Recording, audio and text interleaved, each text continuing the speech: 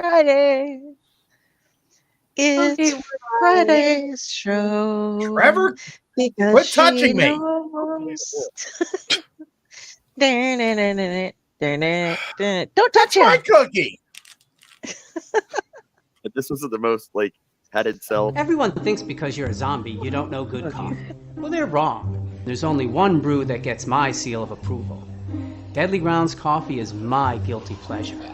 The aroma is so intoxicating. It brings all of my neighbors out of the woodwork. Deadly Grounds coffee. Coffee to die for and zombie approved. It's good to get a little deadly. Use the front door! Oh, they're so disgusting.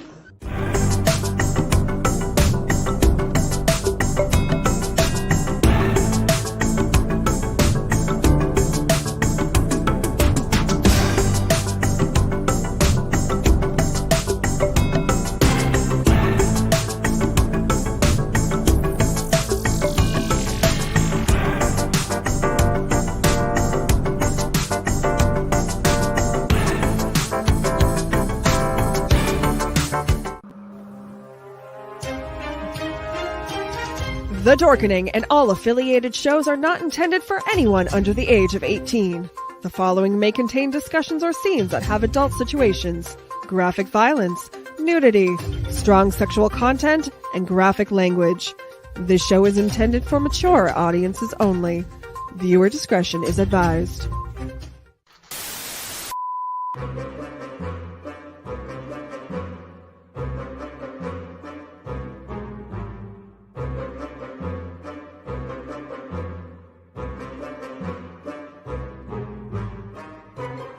Good, bad. I'm the guy with the mic. Howdy, howdy, howdy.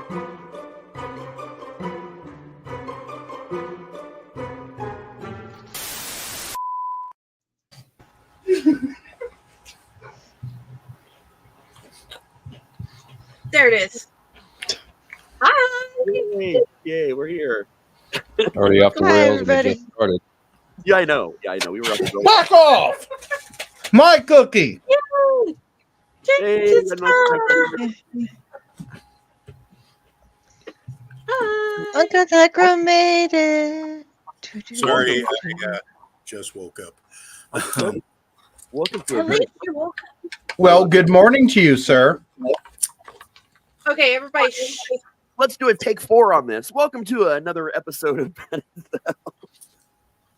Guys, we're doing very little moderation and not really giving a shit about it today. So we love you and we're glad that you're here with us. But we're celebrating because we have been our own network for a year, and we're kicking off with a padded cell. This is gonna be our last really big show this year. The whole year mark thing. So it's exciting. We're gonna talk a lot about our journey. We're gonna talk a lot about how much I like turtles and just all kinds of things. And and you're gonna like it. Did you receive the turtles yet? What turtles? They're in the mail. There's turtles everywhere. I haven't received. Yeah, there's turtles and an owl in the mail. Oh no, I didn't have that. Oh, okay. I will look out for that. She showed me the tracking number. You got a totally different thing. Oh, okay. No turtles for you. Oh, Yeah. Owls. So just I got a minute to walk down memory lane here. It's technically been like a year and like a week, but we do things when we can do them, right? So it was just a year ago at 2 goddamn a.m. in the morning when Del and I were talking, and we were like, you know what? We want to do a lot of things and a lot of different things on our own, and we want to make a go of this whole thing. And in the process of about 3 to 4 hours, we literally removed a bunch of content we had elsewhere. We designed an entirely new network from the ground up on StreamYard. We were already building logos. We sent a resignation, a very now famous resignation letter in, and just write it all, an entire thing in the space of 3 or 4 hours. And then within 24 hours after that, already had a bunch of people on joining us and did our first ever Ally Society on the network.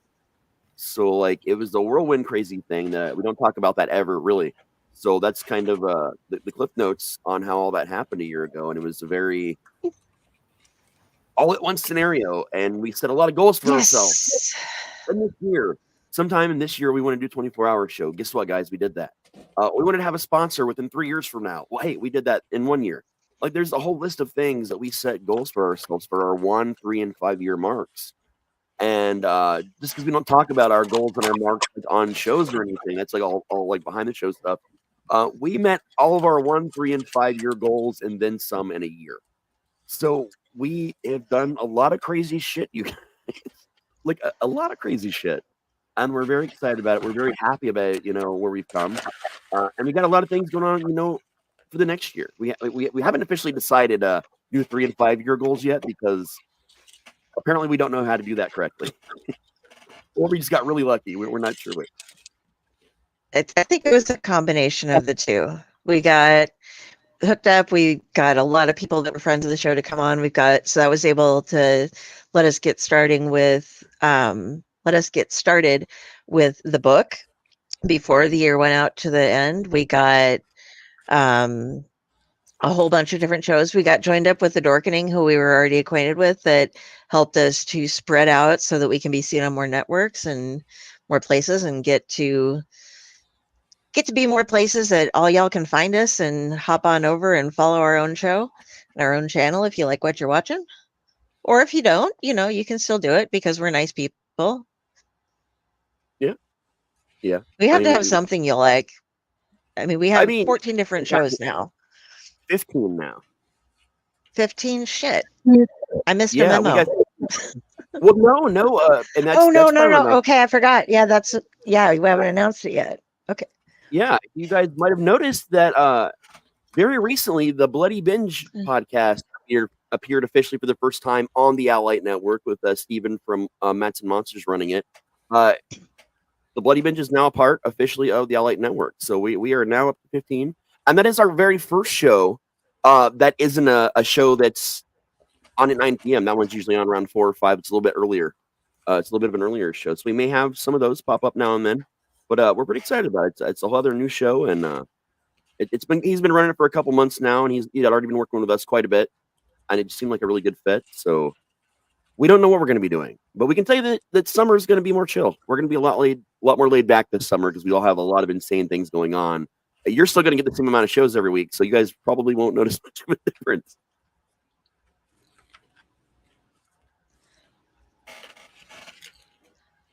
So, what is everybody else happy that they've done on the network? The goal they're happy with. I need you to say that one more time. Did you cut out about halfway through? What is everybody's favorite thing they've done on the network so far? Man, you mean aside from building it? My favorite. Yeah,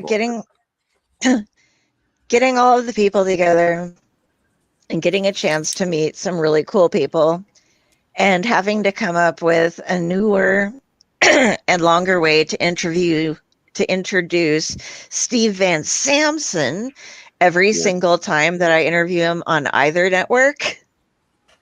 I think I've now, besides like on his own podcasts, introduced him more times than probably just about anyone else. I think it's definitely the community for me. Like definitely the community that we've built here around LA and all the different things we have. Like we all do a lot together. We do a lot of shows every week. We communicate about a lot of things. We introduce new things all the time, and it's never been difficult. Like I'm sure there's times where we've all irritated the piss out of each other. That's going to happen anytime you got a group of people. We're all going to irritate each other because that's also partly our job as a family member to irritate each other. But we've never had a situation that ever got out of hand or was ever really negative or ever really a problem. It's just usually most people we're usually on the same page, and if we're not, it doesn't usually take more than like a couple minutes to get there. Like it's never felt like a job still to me. Like it still feels like I'm doing this with people that I love. That creating cool shit with cool people is still what it feels like that you're in. I think that something that you and I were both wary of due to prior experiences and on Discord channels as well. I'm not saying this all goes to anybody in particular, A but number of this and also being guild leaders and things like that, or guild officers in video games. It goes as far back as that. When there's a problem, we automatically jump to who is the most, like, no matter who the person is, we automatically jump to who is the worst person to ever have to talk to about any problem ever, and assume that somebody's going to have that reasoning behind it. But then we just like, okay, casually bring it up, be like, by the way, did you know? And the person's like, oh, no, I didn't realize that was going on. Thanks for letting me know. I'll change that. And we're like, oh, okay. Yeah. You're that's prepared cool. for the absolute worst. Because we've both been with such groups, such very delicate, tiny little anything will nudge somebody groups of people that we've had to deal with. And we've got this group, and nobody here is like, oh, you motherfuckers. It's just like, oh, shit, okay. We all know each other and get along, and nobody gets offended. Definitely, yeah. No, I love that this is what we have. Better people than me have attempted and failed. I'm just gonna say, I don't think I can be analyzed anymore. You reach a certain point of this insanity, and you're just fucked, and I'm okay with that. I really am.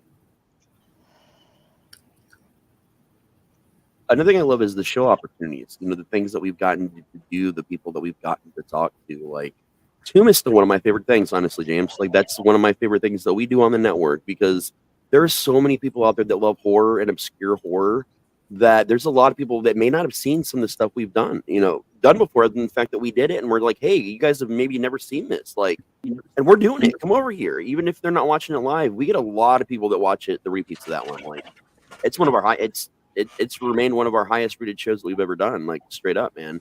And so, like I said, so many cool things have come out of it. We built Allied Picture shows, like almost a companion to it, to do like more interviews. You did Monster, we got the Monster people on. You did Killer Sofa, we got Killer Sofa on. Like, so it's been really cool to like watch the movie and talk about it with you and everybody, and then to actually interview the people. Like, it's neat, man. My favorite part was my favorite part was doing House of the Dead, and then suddenly Uwe Boll liking the tweets. Yeah, that was wild, dude. That was wild. That's how we got Monstered on too, because Rick had seen the show and messaged us and was like, hey. So like, you're doing something right and people are watching it when the people whose movies you're watching or involved with are retweeting or liking things or sending you emails, or it's a cool feeling, man. Like, it's not why we do it, but when it happens, and yes, guys, we share these things in our private chats. Like, we get very excited like children, and we post screenshots, and yeah, we're like children when we get excited about these things, because they're fun. Squeak. Yeah. Like, we just come over, hop onto a channel real quick so we can all squee together. Squee. Yeah. I will tell you, Tomb of the Terrible, that is one of the greatest things that me and my daughter can actually sit down, watch some of these movies. Next thing you know, she's watching it 20 times over. She's past 20 on Monstered now. Oh, yeah. And oh my God, her actually getting stuff from the movie, and she looks at it and she keeps on saying, we need to put this in a giant thing and display it. It's like, yeah, but and we need to sit down and write a thank you card. We haven't done stuff. I've had so much going on, and this is actually the first live show I have been on since something has changed my life. So I'm glad that I can come back and be on a live show. And I have such a wonderful support group here, and way past just the people that's on this screen, the people that watch us and this and that actually go out, they see us, they say, hey, how are you doing? Hey, I like what you're doing, or hey, here's an idea for your next show. And that's one of the things that I absolutely love. And having Chainer's Haunted Secrets and then bringing it to Midwest Haunters Convention, was so great of passing out cards, talking to people, trying to get them on a schedule, but it's a convention. You can't put them on the schedule right then because they're busy. Yep. So we're hoping that we get a lot of people to line up and want to talk to us about their haunt or what they do in the haunt industry. And that's one of the newer shows, but it's got such a wonderful feedback to me. Yeah, there's been a lot of great feedback about that show, man. Honestly, it's another one of ours that are like amongst the higher ratings. People are really turning on for that one. We have a lot of fun. We get to learn so many different new things, meet so many cool people. And I know you got a very special guest in 2 weeks for the first episode of the summer. Very excited about this one. You know what? We're just going to hit the smash button. Smash for him. We got a pumpkin smasher coming in. Mr. Ohio Hunters Association himself. Oh, yeah. Yeah. And can't wait to have him. I told him, okay, when are we putting you on the schedule? And he goes, when do you have an opening? I said, right after Midwest Hunters Convention, the first weekend of June or July and on. And we're talking to other haunts to try getting them on the schedule. I know one, he wants to be on there, but he's got to get back from vacation. How dare you guys go on vacation? Boo. It's building season. Your vacation is over. That's damn. And I got to say, on Printed Pages and Clutch, the amount of authors that you guys have brought to people and like introduced people to in this last year has also been fucking staggering. If you actually go back and look at the amount of different authors you guys had, holy shit. That's more than like one whole network will usually do in a couple of years. Like straight up, you guys have covered so much cool stuff. There's been giveaways. There's been so many cool things happening. We love our I've had authors. amazing people. All of you are amazing authors. I have two. All of them that have been on there. All of them that are here. I've been so grateful to be part of such an amazing group. Yeah. Blast, man. We've gone on adventures with each other. Well, some of us do on Thursdays, which we are getting back to, guys, by the way. That's getting fixed for the summer schedule. But we just do so much shit. Wrestling. We do a lot about wrestling. We formed our very own virtual wrestling federation with pop culture icons and wrestlers of the past, present, and future. If you guys aren't watching Mats and Monsters, and you like wrestling, you're missing. We also talk in every episode about how AEW is going to feel any day now, which really pisses people off, but we're good with that. I will also say that as we go on, I am hoping that we can go ahead and have more of the Pyle and Raz adventures. Yeah. But I know where he is, and he knows where I am, and we're constructing, so have patience. It's that build season, man. We did our official soft opening for Dungeon Darts the other day, yesterday, which was really just inviting a bunch of employees in and trying out games that we're going to be working on. But I got to do the actual all the official footage for the new commercial I'm working on now. It's looking good, man. It's looking good. We've got the actual haunt building next week. And you know what? Fred got a hold of me the other day about that, and I'm excited for you guys.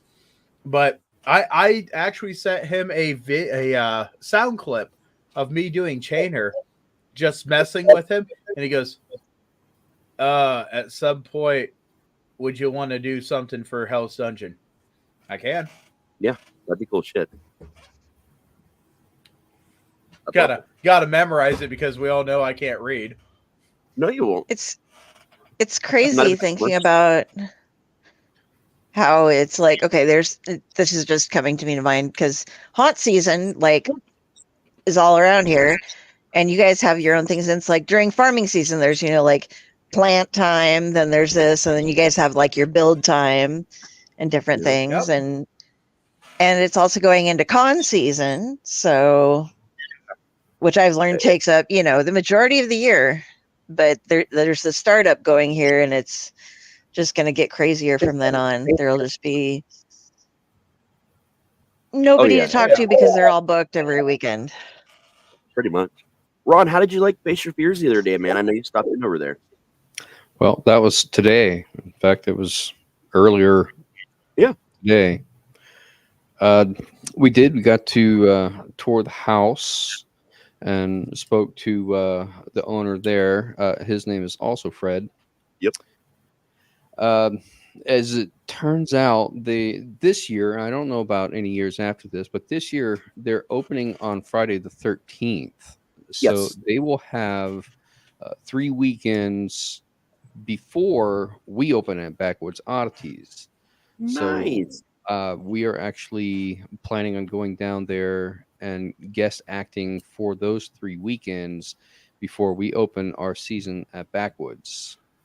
Nice. So it'll be just another haunt to chalk up on the haunts that I've acted at. We got to get you guys down to the dungeon one of these days too, man. Well, if you were open on Sundays, that would be easy. Yeah, but we don't open Sundays. But we're opening on the 14th. Almost every haunt in the area is open on the 13th. So Fred's like, let's just open on the 14th. We'll go all their haunts on the 13th.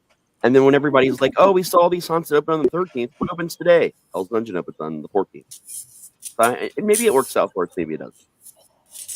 But we're the only ones. It's 3 weekends, so if we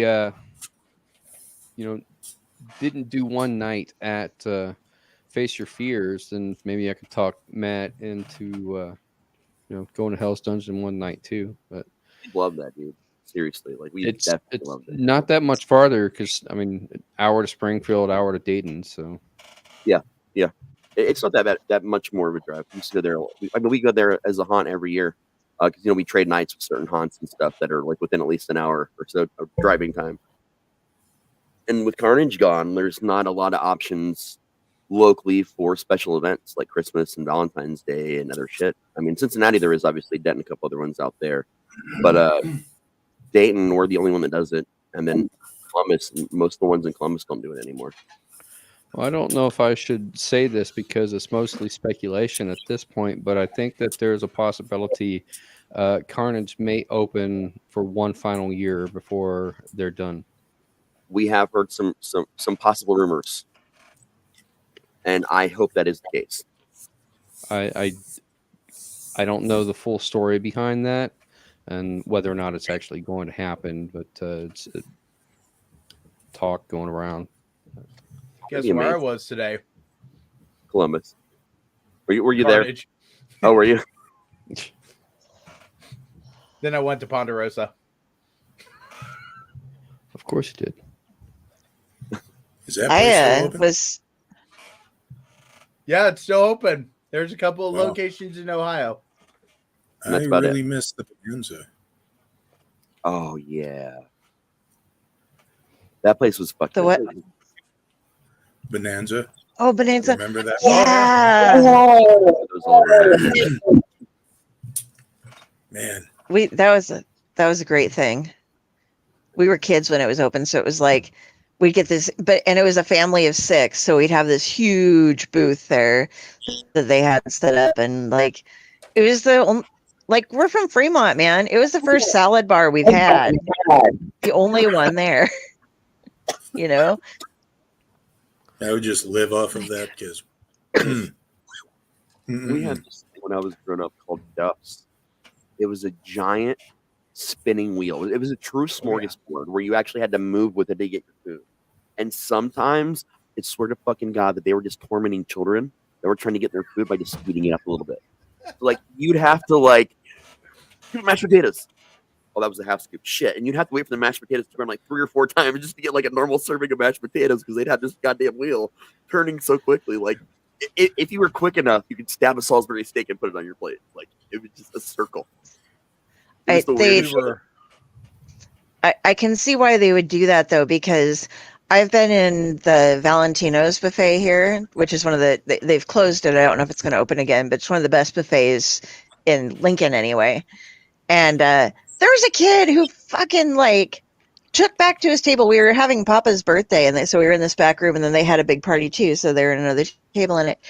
he had a plate, and he was probably about 12, 13, so like old enough to know manners, you know? It was mashed potatoes like this deep. He took the entire like quarter pan off of the thing and got all of them.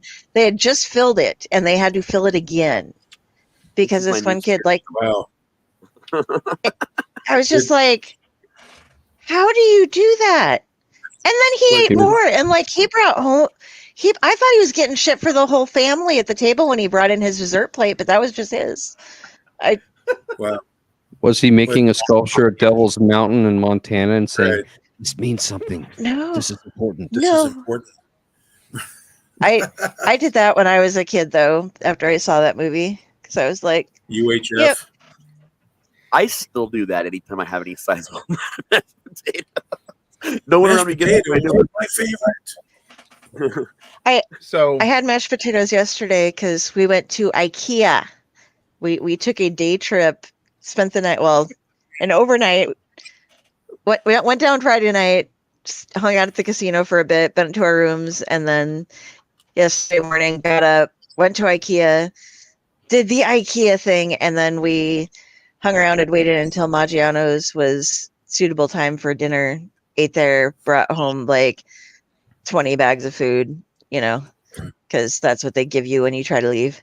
And yeah, got home last night. They always sell food inside of IKEAs because they build a labyrinth and they're hoping you're going to get trapped in there for 12 hours. So they figure they need to offer food. We had to ask them eventually about this. Like, we were like, there's only 3 pillows here, and she goes, you know what? This is the second floor up here is the showroom. If you want to see things, you come up here. Like, if you want to see what the furniture looks like, you come up here. Otherwise, the downstairs is where everything is by department, just ready to go. If you want pillows, go down there. There's probably 20 instead of the 3 that are here. We're like, okay, fair enough. Why don't you say that when we come in? You know? Give me a map because I feel like I need a map. I'm going to kick it in the river, but I still want the map, you know? Yeah. But Mom finally started seeing the lights on the floor with the arrows. I had to point them out to her because last time she didn't see them. But I can't see them because it's a goddamn light bulb hanging from the ceiling shining down, and it sways a little bit in the breeze, so it's like flickering for me. So I'm like, oh, IKEA, like they put them really flickery in the bedroom section so that they can like know that if I have a seizure, I have somewhere to lay down. Something. Yeah. I would How nice. Good. No, I just said how nice. Oh. I went to an IKEA once and I was in there for 10 minutes and I'm like, nope. And I literally I didn't buy a goddamn thing. I started to walk in and I saw the maze and I was like, no, I'm not doing it. I just walked back, got in the car and I just left. And I've never. The thing is, get these things like these back pillows and stuff. Not that one. This one. These kind of things and regular pillows for like $8, and then you get the 59-cent lint rollers, and then you get the 25-cent dish towels, and all of the little cheap things. Like once a year, we just go down to IKEA, and we like buy a bunch of shit, and then we're good for a year. So it's like, who needs pillows out of the whole family? What size bed do you use? And so we're just like, It's fucking epic, dude. I have never been to an IKEA. You're not missing anything. The prices are great if you can find what you're, actually wanting to buy. I'm just more curious about the meatballs. Oh, they're famous for them. It's a Swedish shop, and so they have a Swedish cafeteria thing, and you can get I had their Swedish meatballs with that you get peas and mashed potatoes with those. And then I had this really awesome like berry and it was a lemon mascarpone layered cake with berries in it. It was pretty damn tasty. Mom went for some strawberry shortcake and some meatballs. So that's your reward for surviving. They're not like amazing meatballs by any means. They're like this big and just They're not April's balls. they're just a meatball. I'd be willing to go just to try the food. I don't really care about the furniture. Right. I shall sample your balls. If you really want to go, My chocolates I will- with the balls. They There do is sell a- some Swedish food too. there's an amazing book called Horror Store, but written by Grady Hendrix. It's a comedy horror. If you ever want to know what it's like to get the full IKEA experience, read that book. And not only is it an amazing book, but like you really feel like you're in IKEA. It's epic. They have books in IKEA. They're written in Swedish. They put them on all the displays, but then I don't know, since they actually have things written in them, if they sell the books or not. Or if they just have a bunch of books that are written in Swedish that they only use for displays on like dorm room, you know. One of them is the Necronomicon. I just hope you can't read Swedish. Oh my God, that would be so much fun. Like, go through IKEA and start adding in things that, like, put up some of our books and stuff in the shelves just to. No, listen, my band used to do shit like this. We would go print off a bunch of discs, right? Just like little 4-track LPs, and we'd go into every department store we could find, like Kmart, Walmart, Myers. If there was a big department store that had an electronics section, what we would do is we'd go there. We'd fill like half the radios there up, like with the stereos up with our discs, and we'd set the volume on high. So the second someone powers it on, our music's fucking melting your face off the stereo. And we did this in like 16 or 17 different cities all around us. And we spent like a week just going to every store we could find and doing this. Did it help? Probably not. But it was fun. So I've got to tell a story since Brandon popped in here. Brandon went with me to Ponderosa. April, Raven, and Brandon. And we had the best experience at Ponderosa. Yes, Ponderosa had my meatballs that I wanted, because that's like the number one reason I go.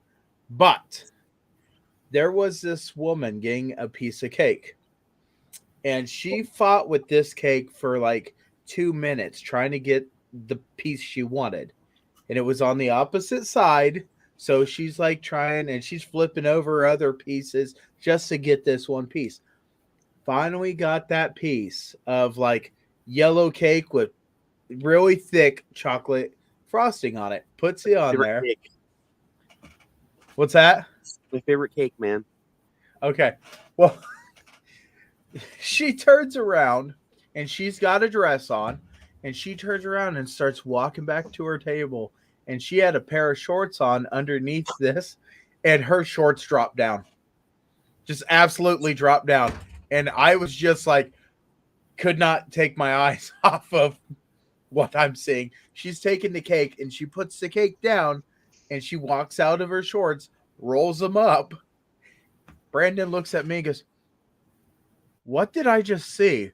I said, "That cake is so good that it's panty dropping." Yep. And so we just keep on going on and on about this, every single joke. Then we went ahead and put on Facebook that we were at Ponderosa, and the commentary between me and him in the comments just rolled on and on and on and on. And I told him, I said, "I've got to tell Raz this." And he goes, "You know what? We need to go and we need to have Sean, Raz, me, and you get together. That way we can settle this whole thing to figure out who's better than who." It's the love triangle thing, man. It's weird. It was her favorite cake too. Okay. This is what we had. They put little Swedish flags in the meatballs. So, Oh, yeah. Yeah. Well, that I mean, looks fancy. Ron has to go because Ron is actually going to be the judge of the whole thing we have to do. So Ron absolutely has to do that. What am I Okay. judging? What am I judging? There's the thing. Okay, so I got married to Sean, our tech guy, years ago, and I never got a honeymoon. Nothing. He started blowing me off, right? So then he starts seeing Brandon. Then Brandon and Sean are going out, and then now I'm stuck in the middle now. Now I'm between Brandon and I'm between Sean. So I'm thinking about ditching Sean and just getting with Brandon because it's a whole thing now. So we're trying to figure everything out, and we just need judges. We don't know what you're judging yet. We haven't figured out the criteria, but we'll figure something in. But we require your assistance. Well, if it involves a trip to Ponderosa, I'm totally down. I've never been to Ponderosa either, for that matter. I've not been You there. never been to Ponderosa? Oh, dear. I think it was like 13 or 14. True bonanza. Oh, my gosh. I was assuming it was a steakhouse. Yeah, Ponderosa Steakhouse. It is. Yes. Where is But it it's a located? buffet. Where in Columbus Yeah, is in it? Columbus. They used to It's be Columbus everywhere, High- I think. South High Street. Okay. South High Street. Okay, so- But go ahead. Well, I was going to mention there's a YouTube series called Company Men, and he did kind of a brief history of Ponderosa. And I believe that their heyday was like the 70s, 80s. Same thing with Bonanza. Yeah. Because the Bonanza that was in Fremont, that turned into a USA steak buffet, and now it's just an empty shell. So Yeah. There was a big war here in Ponderosa. Beat the shit out of Bonanza. We only had like 2 Bonanzas, and they disappeared as Ponderosa was really getting big. And then we had like Old Country Buffet, which outlasted Ponderosa around here. Ryan Steakhouse, which was all over. It was a nationwide thing, and it went under as well. I think the last Ryan Steakhouse in Ohio when it was still open was also in Columbus there for a while. It was the last one. So if there's a Ponderosa and a Bonanza, is there a Cartwright's or a Hop Sings?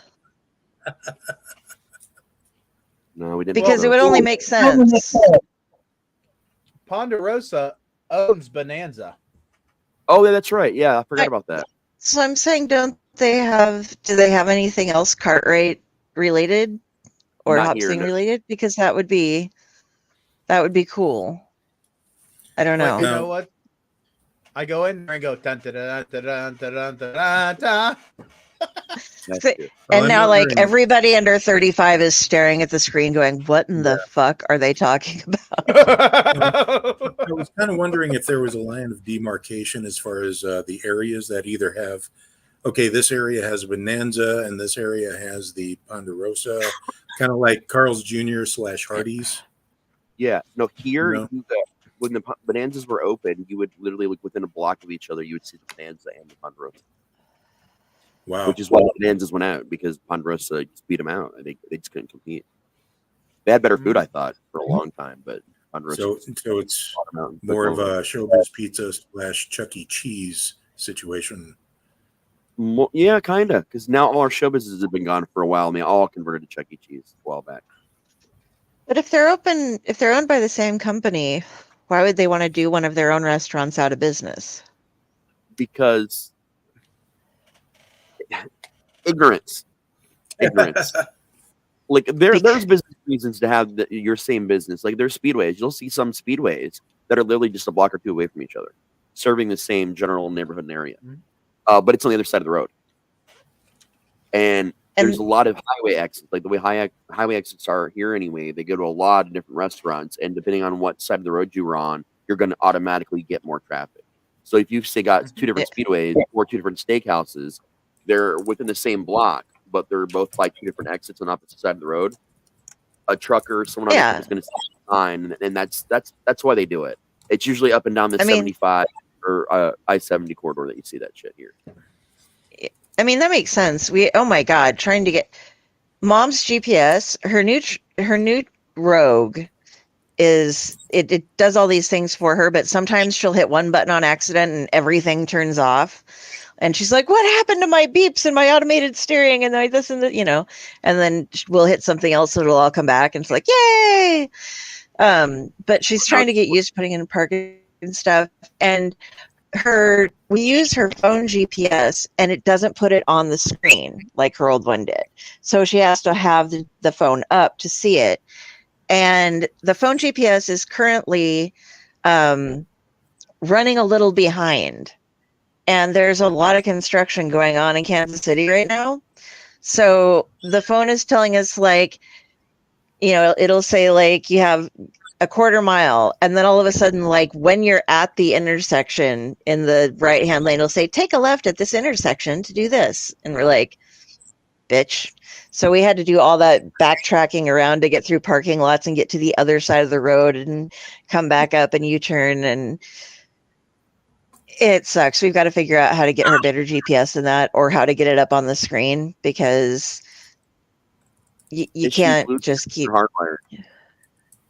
Bluetooth and hardwired. So okay. They can pick which either one, but okay. Well, she has it hardwired just so it'll charge, Yeah. So just take the Bluetooth off. Yeah. Turn off your Bluetooth. Only hardwire it, but make sure you're connected properly, because there's a button you can press that pops up on your phone, and it'll say, "Do you want the card to be able to connect to this?" And you just hit yes, and then it'll actually bring up the actual display, because Bluetooth isn't doing it for most models of cars from like 2018 and later now. It's ignorant and weird. Okay. And she still wants to get her phone calls and her playlists up as well, because that'll also go through her phone. But make sure the cord you're using is not just a charging cord, that it's a data cord. A lot of cords that are charging cords are also data cords, but if it's not, because they still sell plenty that aren't, then it won't work. Okay. Make sure it also says data transfer. Yeah. Okay. And then just sit in the car and call me, and I'll fix it. Well, I'll just plug it in first and see if it does anything, and if it doesn't, we'll go to Walgreens and pick up one that does both. There you go. Go to Walgreens. Or hey, Walgreens. They got everything. Anybody but me and my family, excluding my uncle, the sensible one, who has the audacity to make fun of me for saying Walgreens. See, look, Ron doesn't think it's a funny thing at all. He's just like, fuck you guys, it's Walgreens. I'd be afraid of anyone Walgreens too. What, Jenny? It just gives me such joy to hear the difference in how you all talk compared to how I am used to it. And yeah, so she said Walgreens, and I just smile each time, not to make fun, but I love it. Oh, I adore it. I think it's absolutely adorable, and I do make fun of it, but it's in a loving way, because it is hilarious. I do actually pronounce it Walgreens, but there's no more Walgreens around here. It's all CVS Pharmacy. Yeah, a lot of Walgreens have been disappearing up from here too. So it's not Walgreens? It's Walgreens. That's what she calls it. Walgreens. Oh. See, Walgreens and CVS are in Mortal Kombat here right now, because they have they're always within a block of each other, and CVS has the longest receipts in the world, and they were trying to do off on like which one is more moral. Well, this one sells liquor. Well, this one sells cigarettes. Well, screw you. Now we're going to be liquor free. Oh, guess what? We're going to pick up cigarettes. So fuck you. We've got everything. And it's just like, what is going on? Okay, Stefan, we're going to have some. Yeah, we know. Everyone. You're allowed to say that. You're allowed to say that. I don't get mad. I just. Now, keep in mind that Dell and I come from a town called Hooper. That's spelled like it's supposed to be pronounced Hooper, like the grocery guy in Sesame Street. We have Russia, Ohio, that you have to pronounce Rushi. or Houston, Houston, which is pronounced Houston. Yep. It's both in Shelby County, by the way. Yep, we're the ones that claim most of them, or the most it's mental. Houston here. Oh, it's Houston here. Oh yeah. We have to be Ohio and fuck everything up. That's our claim to fame. We take everything everybody else is doing and fuck it up. If we either invent a cool shit or we fuck up everything else. That's just it. We also have a town spelled Norfolk that is pronounced Norfolk. It's the Norfolk. And Virginia is called No Fuck. Yeah. No, it's Norfolk, because the whole thing behind Norfolk is that when they were making the maps, the map maker thought that somebody misspelled it because they were thinking it was the North Folk, but it was actually named after the North Fork of the river that runs by it. So even though the map makers got it wrong and it became that forever after, we still pronounce it how it was intended to be pronounced. Oh, so you're purists. Yes. It's a Nebraska thing. My mom actually has it on one of the things for she does stuff for Medicaid for the state, like works for one of the broke anyway. But for all the people that are getting used to Nebraska and have to know how to do all these things, they have like towns in Nebraska that you pronounce differently than you would initially, that are difficult to pronounce based on why you look at them. Or Jesus Christ, how they're spelled. And Norfolk is one of them, as is Hooper. I would pronounce it that exact same way, Steph. Like that makes sense. Waxahachie sounds right when you look at the spelling. It's not like you're grinning at walls, you know? So, if you saw the town name Bedias, how would you pronounce it? Bedias. Bedias. Bedias. Bedias. I'd say Bedias. It's It is Bedias. pronounced Bedias.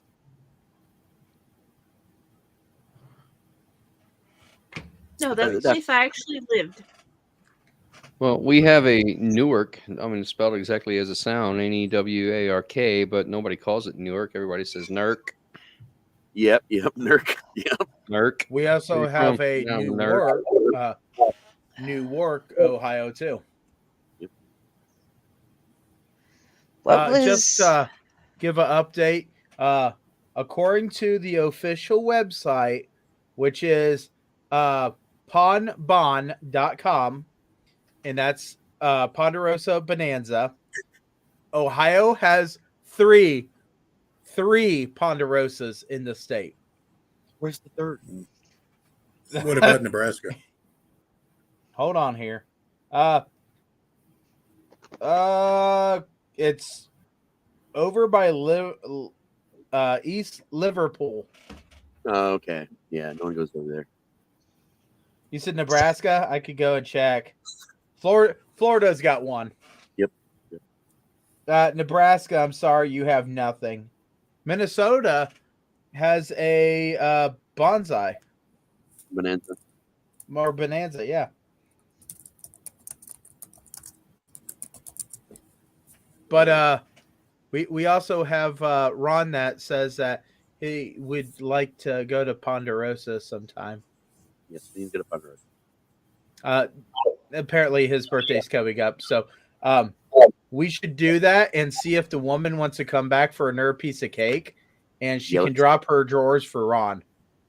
Yeah, and we can do it as a new show itself without itself. Did you mention how old this person is? Oh, I'm sorry. This looked like a grandma. Okay. Okay. I assumed it was over 18 for it to be mentioned. Right. Oh yeah. I'm sorry. It was absolutely very close to being a grandma / almost great grandma type deal. So It was just so much better. Okay, yeah. So what's the Florida Man game? So I came across it on Facebook. Some of my friends were participating in it. Essentially, because Florida is so open about, all putting in the news all the wackiness that happens with the citizenry. Apparently, if you go to Google and type in Florida Man and then the month and day of your birthday, for instance, I put in Florida Man 12/4, and the first thing that pops up is drunken Florida man arrested after shoveling spaghetti into his mouth, yelling outside Olive Garden. Okay. Let's see. Okay, I got Florida man takes epic mugshot after driving naked near school with wires attached to penis. What? Florida man smothers nephew's meatball sandwich with eye drop solution because he hated him that day. Florida man charged for attempting to cross the Atlantic in giant hamster wheel. There's a picture of the hamster wheel, and it is a giant hamster wheel with inflatables attached to it. Florida man arrested after leaving evidence trail of pizza sauce. You know this is a box game too. Oh my God! It's Florida a man box robs score Wendy's game. after grilling burger.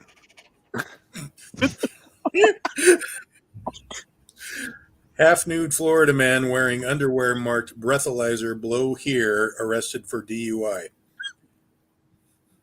Florida man I told have my police next Halloween costume. Florida man told police he lost it and shot his mother over orange juice, a TV remote, and car use. Okay. Florida man threatens to destroy everyone with army of turtles. Wait, what? Hang on. You heard me. Florida man steals alligator from golf course. Florida. Okay. Jesus. Florida man steals alligator from golf course. Tries teaching it a lesson by throwing it on roof of bar. What? That just raises more questions. No. Here's one. Puppy shoots Florida man. A man who tried to shoot 7 puppies was shot himself when one of the dogs put its paw on the revolver's trigger. He literally got shot by Florida the man hits Florida man hits haunted house host in eye with toy gun after mistaking them for a statue.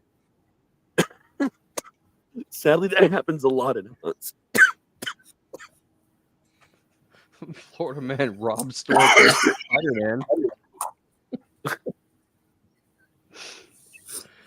Oh my God. Let's see.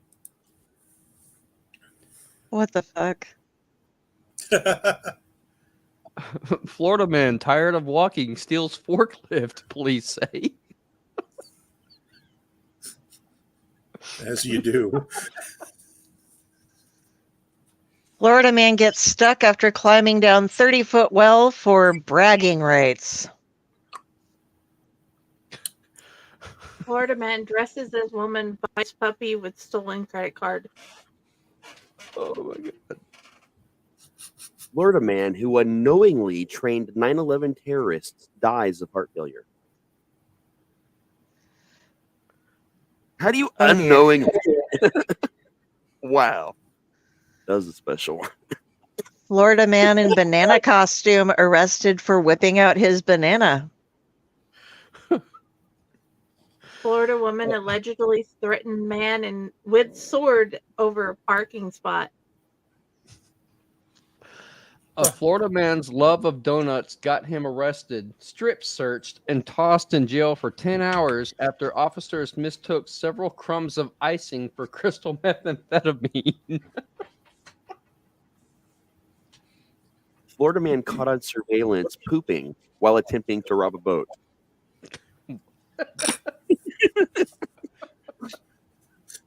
That's not what the poop deck is, sir. I think you're going to be... Florida man falls asleep in car, wakes up married to New Hampshire woman. Those are Tuesdays. Florida man flashes buttocks at IHOP after impersonating a police officer to get free food.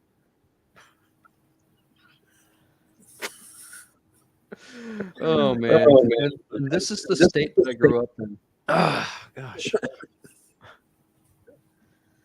Florida man whacks acquaintance with hatchet during argument over spilled beer, deputies say. And Tom Dog says, I got Florida man arrested after wife's remains found in 3 suitcases. Whew. Wow. Oh man, now that my face hurts from laughing so hard, I feel like actually crying at this point. Oh my God. There's a YouTube channel that has the Stay in Florida Man history. Oh boy. You can even get the Florida Man book. That's epic. Oh my God, Florida man tased for twerking during rainy traffic stop.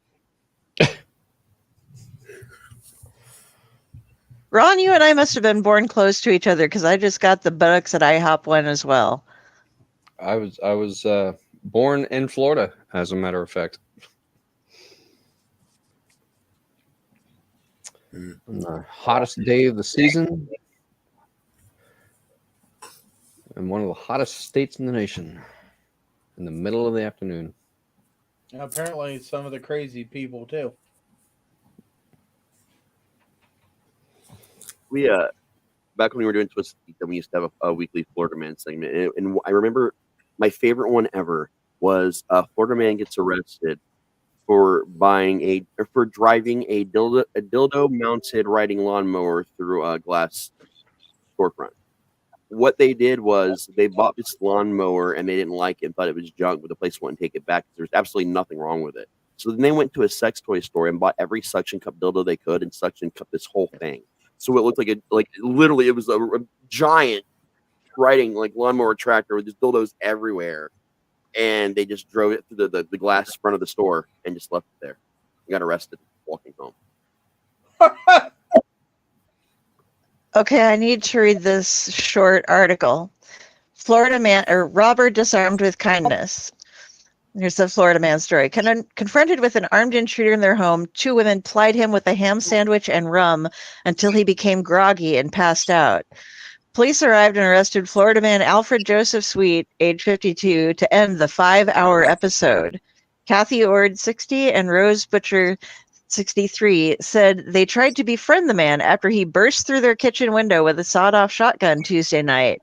They made him a sandwich, gave him a bottle of rum, and suggested he shower and shave so he could sort of be disguised in his getaway, Ord said. We just treated him with kindness, Butcher said. She said she had offered Sweet cash and the keys to her Cadillac, but he just sat with them holding his gun.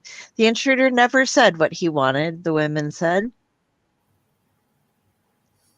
So if you get a Florida man invasion, just give him a ham sandwich and a bottle of rum. Why is all the rum gone? Maybe you wanted the grandma experience. Now he's going to come back when he gets out of jail and be like, can I have another sandwich? That was pretty goddamn good. That brings me to Family Feud. What's one thing that you don't want to see if you break into someone's house? Naked grandma. I don't know. I think there's a whole like group of people out there that would probably very much like to see that because everything's got its own, Oh yeah. Well, a photo of what you do then is you go to the Ponderosa in Ohio and go to the cake section. Sooner or later. I'm going to say that woman is a champion. She lost her shorts, but she kept her cake. And that's the important takeaway from this story. Cake was safe. That cake must have been pretty fucking good then. Dude, she just rolled them up and she walked back to the table. She had a long dress on. No one was wiser except for me going. Brandon was like, what did I just see? I said, dude, she just absolutely picked up her shorts. And he goes, I thought she had like a towel or something and she had it on. I said, nope, those were her shorts. She turned, they fell down. She went, walked out of them, put the cake down, rolled them up, walked to the table, and then when we were leaving, she parked right beside Brandon. And Brandon goes, I said, yep, that's your granny right there. And he goes, now, did she ever put the shorts back on before leaving? Doubtful. We don't know. My guess is that she put them in her purse. We don't know. We can't confirm or deny that. All we could say was Man, that cake is some panty dropping cake. Nope. She rolled it up and she stuck it in her purse right between the Lifesavers and the Werther's Originals. They're just sandwiched in there, right? That way, I have a peppermint here somewhere. Yeah. If you need candy from Grandma and a pair of shorts, she's got you covered. I think it's smart. Wait, it's a person who's supposed to have like a milkshake or a something, and it had Grandma's candy in it?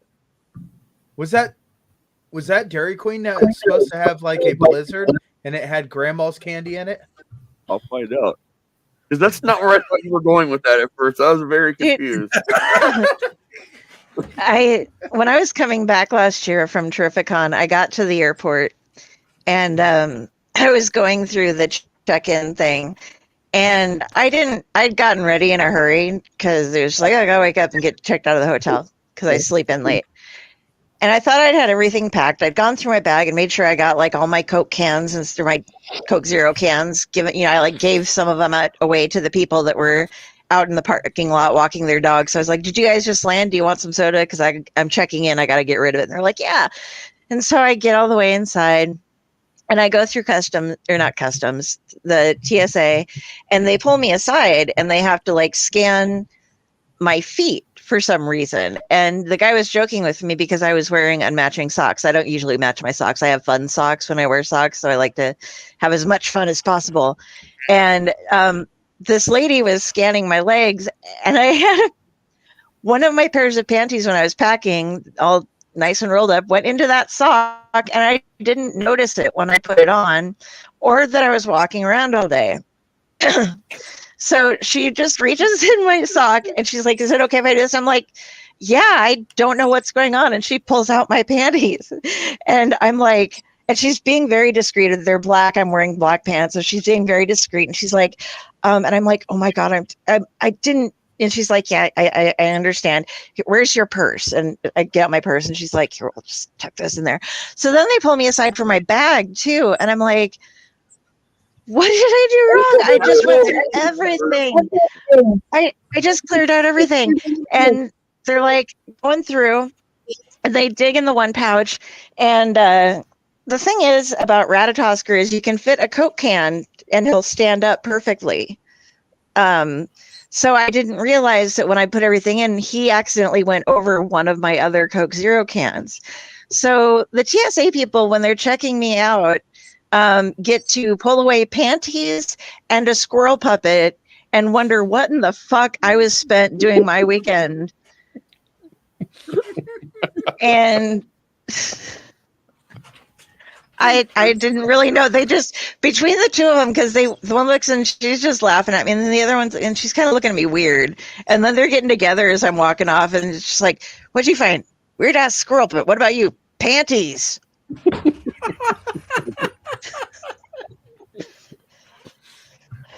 There, she kept them in her sock. I don't know what was going on there. Once go to a rock concert, throw panties on the stage. I didn't want to give them the one I was wearing. Yeah, okay, we just found this little thing. Mom, by the way, quick side note, Mom got me this box for Hinata, and it was my great Graham's. And Aww. So Hinata, by the way, for those of you who watch the show but don't know, Hinata passed away on the 14th, and I just dropped her. That's no good. But yeah, so she will no longer be joining us on the show. Because you dropped her. No, Sorry. I just dropped her ashes. But No, but like you just said this like slow fall. I can't right now. I can't with you right now. I'm used to talking about ashes as people, but No, but it was the phrasing. It was the phrasing. Yeah. But when we were, it just made me think of this. There was this little ornate clip that had like a little keychain on the end, and Mom was like, I don't know what this is. Why is it so thick and stuff? And I pulled on it real quick, and it's, you know, those, like what you guys probably carry around for the haunt. You have those big keychains with the chains on them, so you can extend the key, roll it, and it zips back up. Well, that's what this little thing was, only it was like this big, and the cord only went about a couple feet. But you just made me think like throwing panties at a concert and then you not wanting them. I'm like, you could just have your little panties on a cord and just like, gee. That's called fishing for musicians.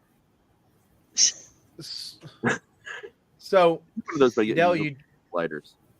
you just reminded me of something. I had a buddy one time, and his brother passed away, and he had his brother's ashes, and he knocked over the container. Nothing spilled out, but he looked at me and smiled really big and start grinning. I said, "What's wrong?" And he goes, he liked hard rock music. I said, "Okay." And he goes, "You want to sing with me in his honor?" I said, "Okay." He goes, "Let the bodies hit the floor. Let the bodies." I was like, "Oh my gosh!" And he goes, "I knew you would get it. I knew you understood it. He would want you to do the screaming part." It was just funny. I do want to say it was. This is no reason it doesn't make me happy by any means, but Chewy sent me this lovely bouquet of flowers that are still in bloom. Like they bought the really nice. These aren't going to die in 2-day flowers, and I'm going to go ahead and be emotional here for a second and put up my favorite pictures of Hinata. So sorry guys, but you guys have to put up with beautiful cat pics.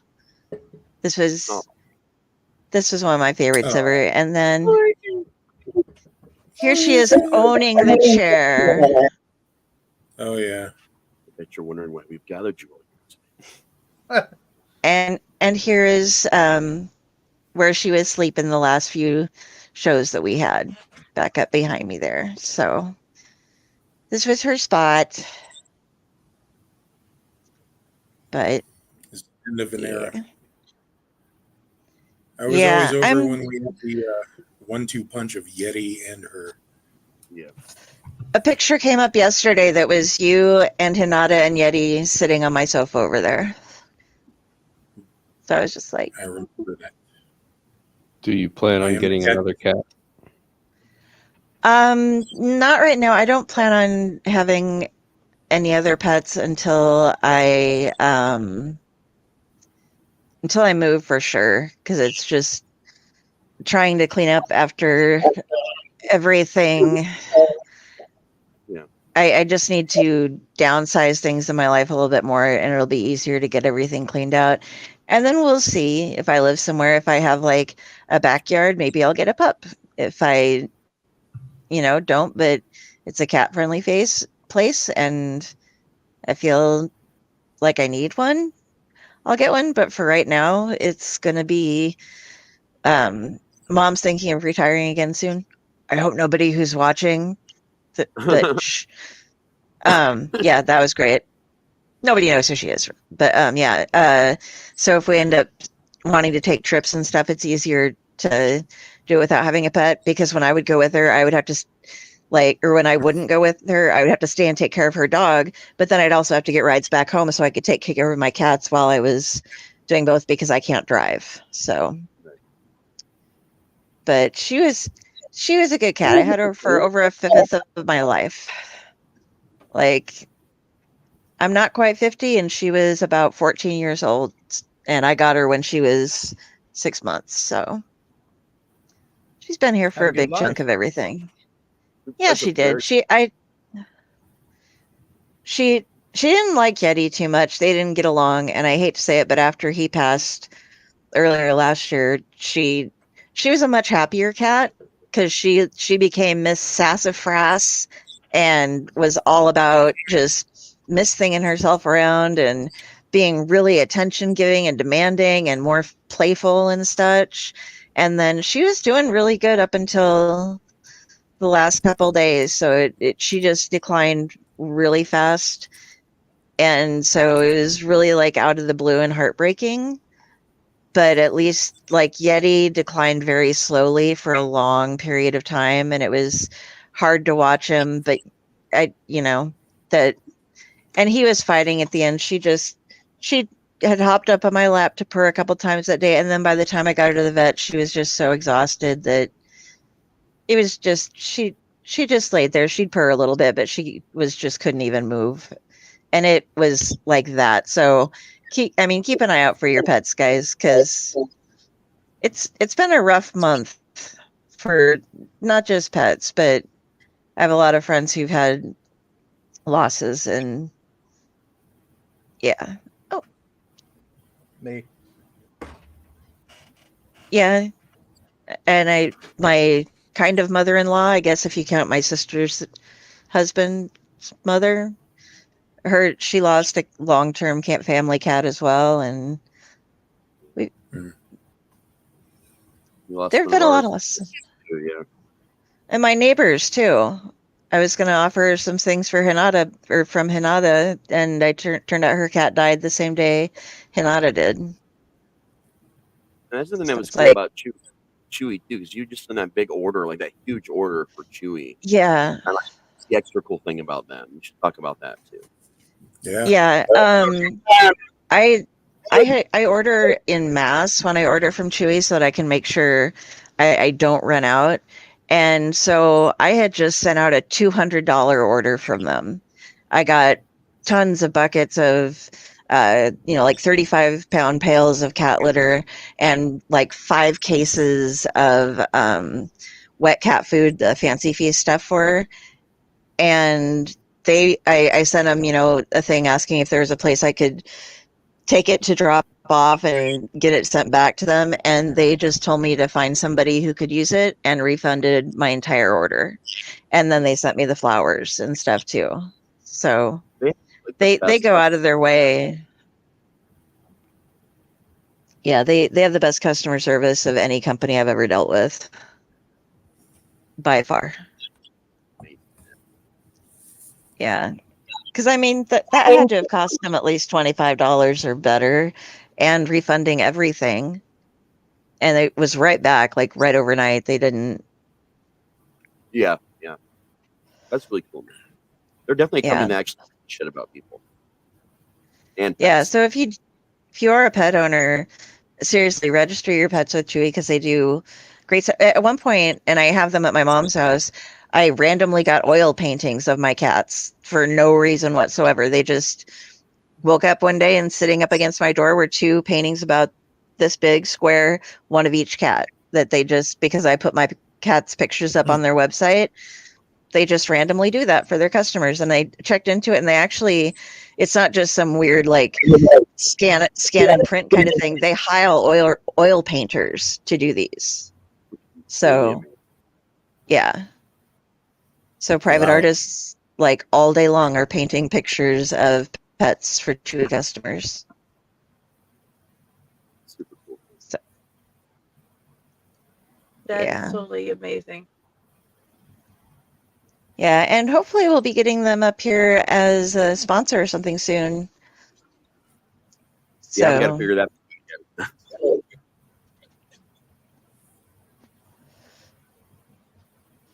They will actually. that's It's fair. been proven that they will eat. In the Hopefully it won't take people too long to realize something's wrong.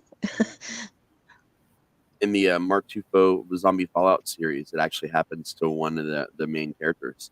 He ends up in the middle of a zombie infestation, like way later in the series. He gets trapped in this house and he's injured after like a shootout with other survivors. And the cats are just so feral and hungry. The house cats just start attacking him. And when they find his body, it's been eaten by the. It's a fucked up scene, man. And that's a comedy horror series. But like that scene is it's tough. It took them a week to find Grandma. Gone. Oh, sorry. What was the Dinar Kuntz book that had the 2 sisters that were obsessed with cats and the one brother who could like teleport places or something? And their mother died and the sister.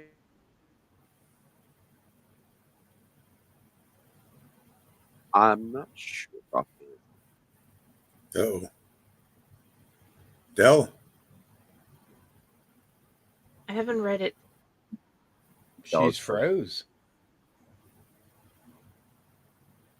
Well, when you start talking about Dean Koontz, I found your grandma ice cream thing. It's actually McDonald's. It's called the Grandma McFlurry.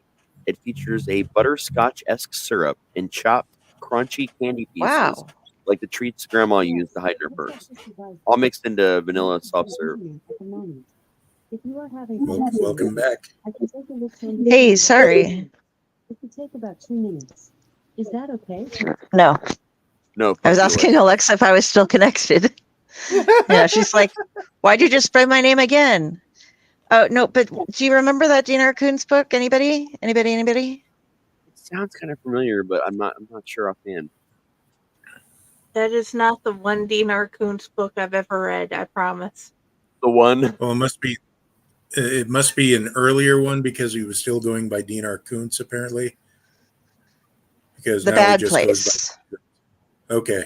Oh, I guess it was Yeah, just sure. Dean Koontz. The only Dean Koontz books I know are the Odd Thomas books. I love those. Those are good ones. It was the only one The they had in movie the not- Flat Rock library. But yeah. Wait a minute, has anybody ever heard of Flat Rock, Alabama? Heard of, yes, been there, no. Okay. I've heard of Alabama. Yeah. Oh, what? What were you saying about your mom? Well, my mom has all of the Dean Koontz. Well, and there's just cupboards stuffed like 3 books deep of not only that, but also she was also big on James Patterson and the what was the Flowers in the Attic lady? Oh, yeah. Remember? She tried. Right? Yeah, not Papa Z Bright, but Anderson something. Oh, VC Andrews. Yeah, VC Andrews. Oh, yeah, that's right. But she had a handful of Robin Cook, but being a medical professional herself, she's like, this just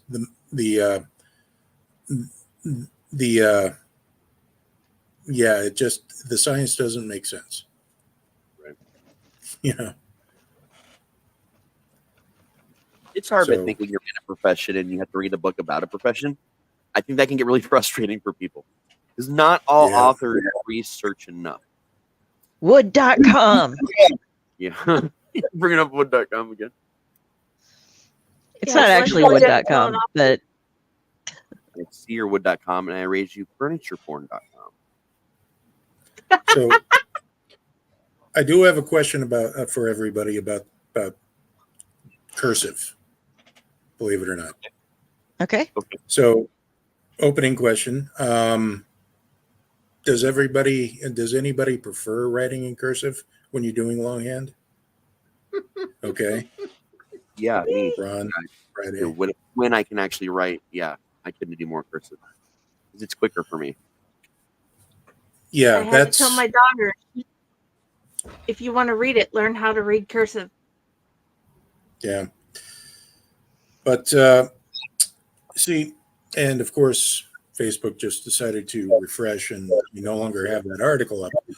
But a mutual friend of mine on Facebook just posted this thing from somebody saying that cursive isn't being taught in school today because cursive actually, it's much more elegant and it looks better and it connects neural pathways in the brain that have something creativity.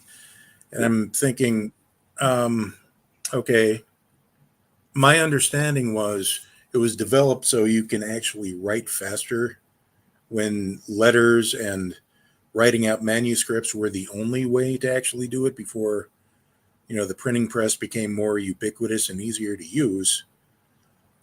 My mom kind of felt that way. Kind of felt that, I write in cursive, ergo it is superior. Me, I had to write in cursive in grade school. But once I hit junior high and realized none of the teachers cared if I printed or, wrote in cursive. So I just went back to printing because you can read my handwriting better that way, because my handwriting is a bit sloppy when it comes to cursive. I can read it, I can still write in it, but as far as superiority, not so much. I'm thinking maybe we're conflating nostalgia into something that it's not. What do you guys think? I think Not writing that in cursive is not anything about my kid's creativity. She learned it because she wanted to write like a princess, but she's still the most creative little girl I've ever met. So I Yeah. disagree on that one point. Okay. I was actually having an interesting conversation about this with Brooke the other day. So they didn't. My daughter didn't get taught cursive really. Like most of the class, as she got older, they just stopped teaching it. Also, we were talking about that, and so I started researching and doing just a lot of looks into stuff. So to be more specific, cursive is like now our version of calligraphy, because they saw cursive as this fancy artistic form to write, much like Chinese calligraphy was very focused, very central, because if you really look at cursive, like when people are actually like doing it like how it's intended, it's actually kind of beautiful. Not if you're a doctor signing shit or you're just hurrying to like jot shit down and taking notes, but when you're actually writing letters in cursive, like there is an art that goes, a line art that goes into this.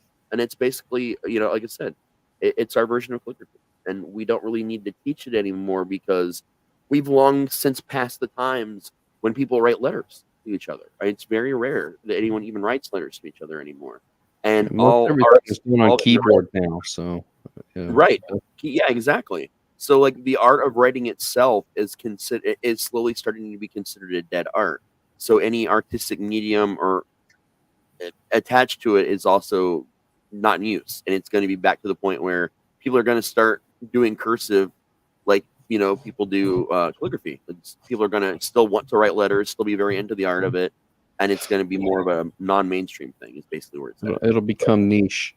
But here's my thought on it, because I, like you, James, also had to learn cursives coming up through grade school as well, and that was the majority of how we wrote. So now I still write cursive just because it's how I've been writing my entire life. Ever since I learned how to write, I've been doing it my entire life. I don't think that one is superior to the other. The cursive was created for efficiency, to make you write faster because all your letters are connected. But human nature is to find the most efficient way of doing something. So even if you are printing, which is much more legible to read, you will still print in some way that your letters are going to connect. It might not be straight cursive letters, but even your print is just based on efficiency. You're still going to try to connect the majority of your letters as you write, just because it's quicker. So even if you're writing manuscript, if you're writing script and not cursive, if you look at your own handwriting, you'll still see that there are going to be letters that are connected. Yeah. And this, I think, is the majority of what people are doing now when they write. Cursive is outdated, maybe even antiquated, just because it was never really necessary to begin with. I don't think that it was necessary to begin with, because I can just as easily write in manuscript, and just using laws of efficiency, it's a little more legible, but I'm still writing as fast as I was in cursive as well. Right. Here's a story that kind of illustrates the point. When I was learning cursive in grade school, maybe around second or third grade, something like that. I think it was third grade. And we're practicing the letter R. And I wrote my R's. They looked like C's because they're relatively similar. Just the R is a little more spaced out than a C is. And the teacher didn't like it. So teacher had me go home and practice an entire page of writing the letter R until I could get it right, and it didn't look like. Yep. And I thought this was bogus, the most pointless, fruitless exercise you could possibly do in writing, because now it doesn't matter anymore. Nobody looks at my handwriting and says, I can't tell if that's an R or a C. You're looking at all the other letters around it, and you can read the word. Yeah. So fuck off. Mm-hmm. It's completely pointless. But this is the It's kind of both thing that you context. have to do when you're a kid. Yep. Repetitive Right. bullshit that doesn't really teach you anything. We were talking about. Go ahead. Well, I was just going to say I have no problem with your kind of handwriting that you use. It's just that it just bugs me that when one method is considered far more superior than your plebeian style of the printing that you do. Well, just no, bitch, please. That's some star-bellied sneech bullshit right there, man. Right. But to think that somehow it connects neural pathways in the brain and, much more creative people use it and whatever, whatnot. I don't know if that has anything to do with it. Creative people use cursive, et cetera, et cetera. No, because it's all just patterns anyway. All you're doing is recognizing patterns.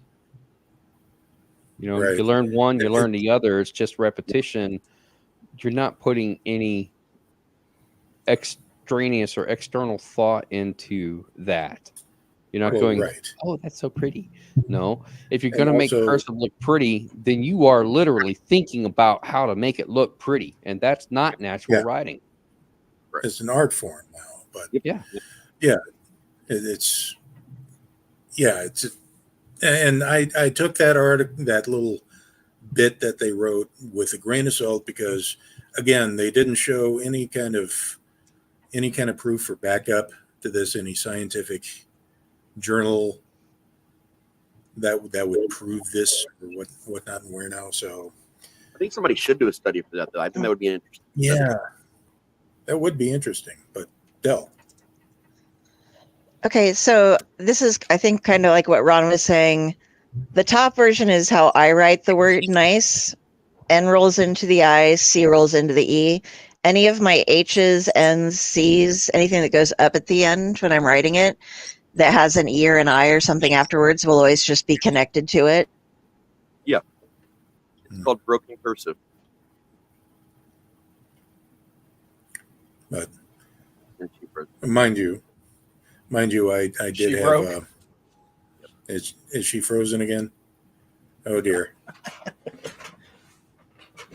But I have this problem with sometimes my lowercase r's look like V's, but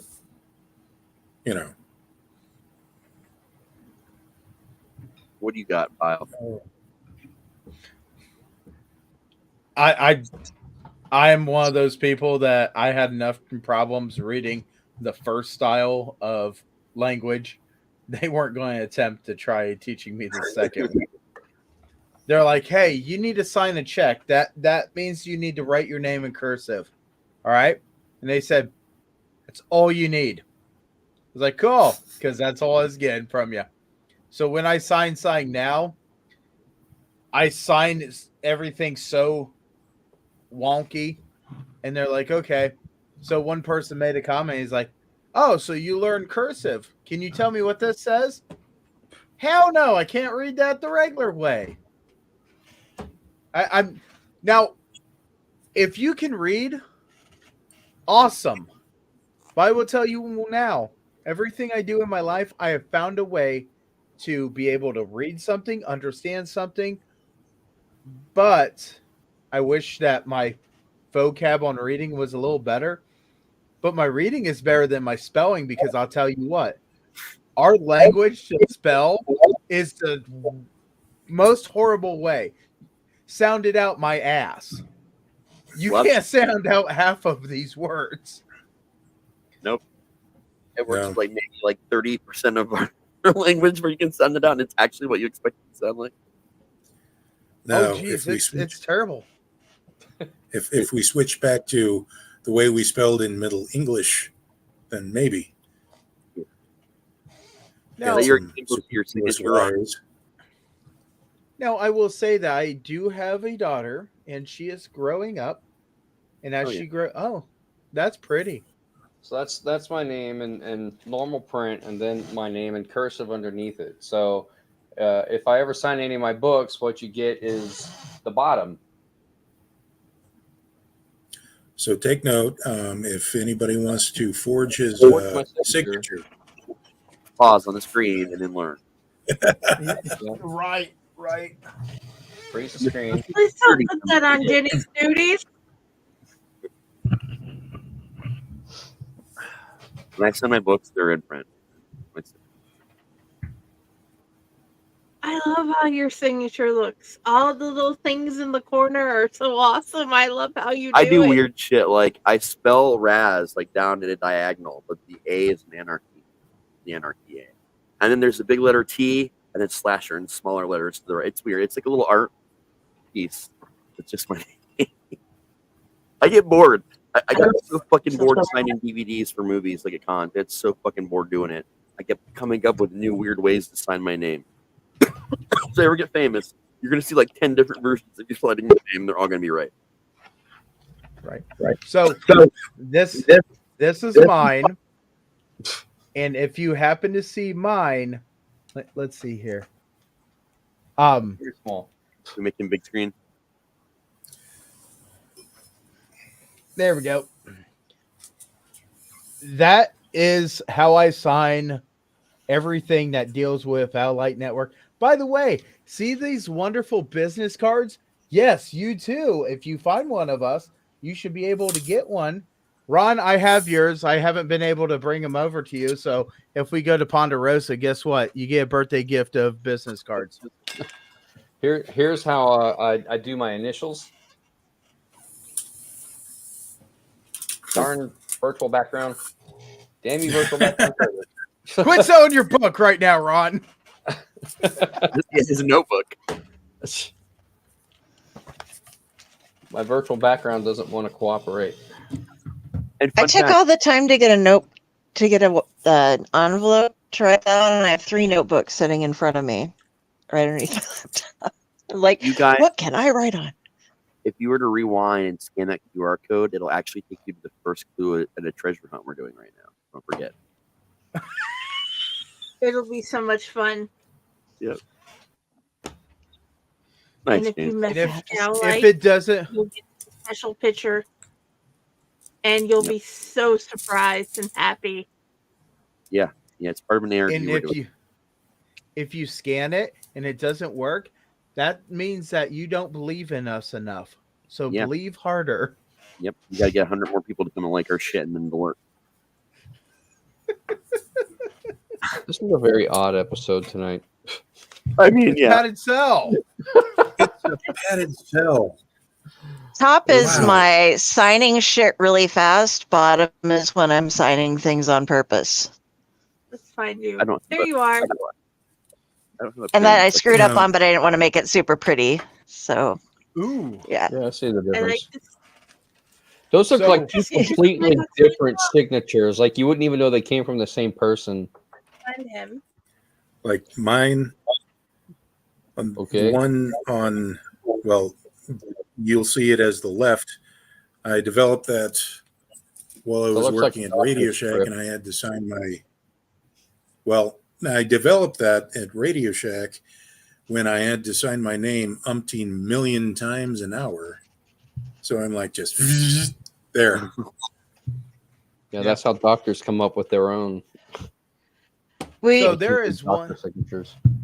We discovered that I write exactly like my uncle when he was over visiting my mom one time because I had a list of things written stuck on her refrigerator. And he was like, when did I write that? And so we sat down and wrote a couple of the basic phrases like the quick brown fox jumped over the lazy dog and stuff and compared them. And you can't tell the difference between our handwriting. It's really eerie. You're saying is it's time to become a serial killer. It's what? So there is Time to become a serial killer and send letters to the police because they're going to automatically target. Ooh, there you go. That's not my writing. That's so and so's writing. Oh, can't prove otherwise, can you? So there is a business card that I handed out at the Midwest Hunters Convention. And it was so funny because when I went and I actually wrote who to contact on the back because I remembered I was doing something else and I didn't pay attention. And I actually put my real name on it. That's not your real name? No.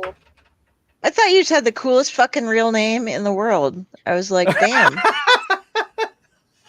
How could he have been named more perfectly? Like you grew into your name like nobody's fucking business, man. Yeah, you did. There is so many papers that have my nickname on it and this and that. And when I have to do legit paperwork, I have to put my real name. And somebody looked at me and goes, you put your whose name is that? I said, that's mine. I had to actually show my ID. And he's like, you're kidding me. Nope. Yeah, once you find out his real name, it's hard to see him as his real name after knowing him as Pyle for so long. I'm just going to add his name is Jim Bob Perkins. I'm just making I don't know why I came up with that name. Before I lose my internet again, we'd been talking about the doctor's study of how handwriting stuff works. And my neurologist actually uses fountain pens and quills. And I always buy him nice parchment, books of parchment and stuff for like a present.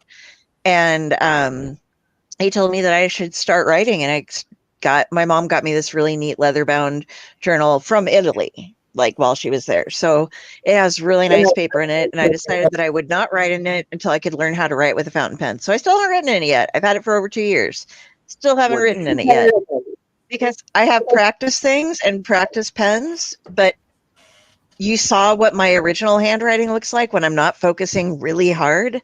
So I go to the penmanship porn just to see how many. Everybody just writes the word minimum because it's like they're showing off how well they can do that and stuff. And I'm working on doing my loops and not having the pen just splatter or do things, But he said that he does it because it does take more time using a fountain pen or a quill in particular because you have to dip it and such. And it makes you think harder as you're writing. You don't think as fast, so your brain, it doesn't let you run away with thoughts. It makes you stay on topic because your brain has to keep focusing on finishing that part of it before you can go on to the next part. Not necessarily that everybody's like, some people are rather fast at it, but it still does take a little bit more technique to get through it. And if you're trying to make it all look good on the page, because it is more of an art form, like you're saying, these days than it is anything else. I have calligraphy pens instead of regular fountain pens to practice learning all the different nibs and see what I get used to. Oh yeah. I remember being in middle school and junior high, and you get those notes from the girl that says, circle yes or no if you like me.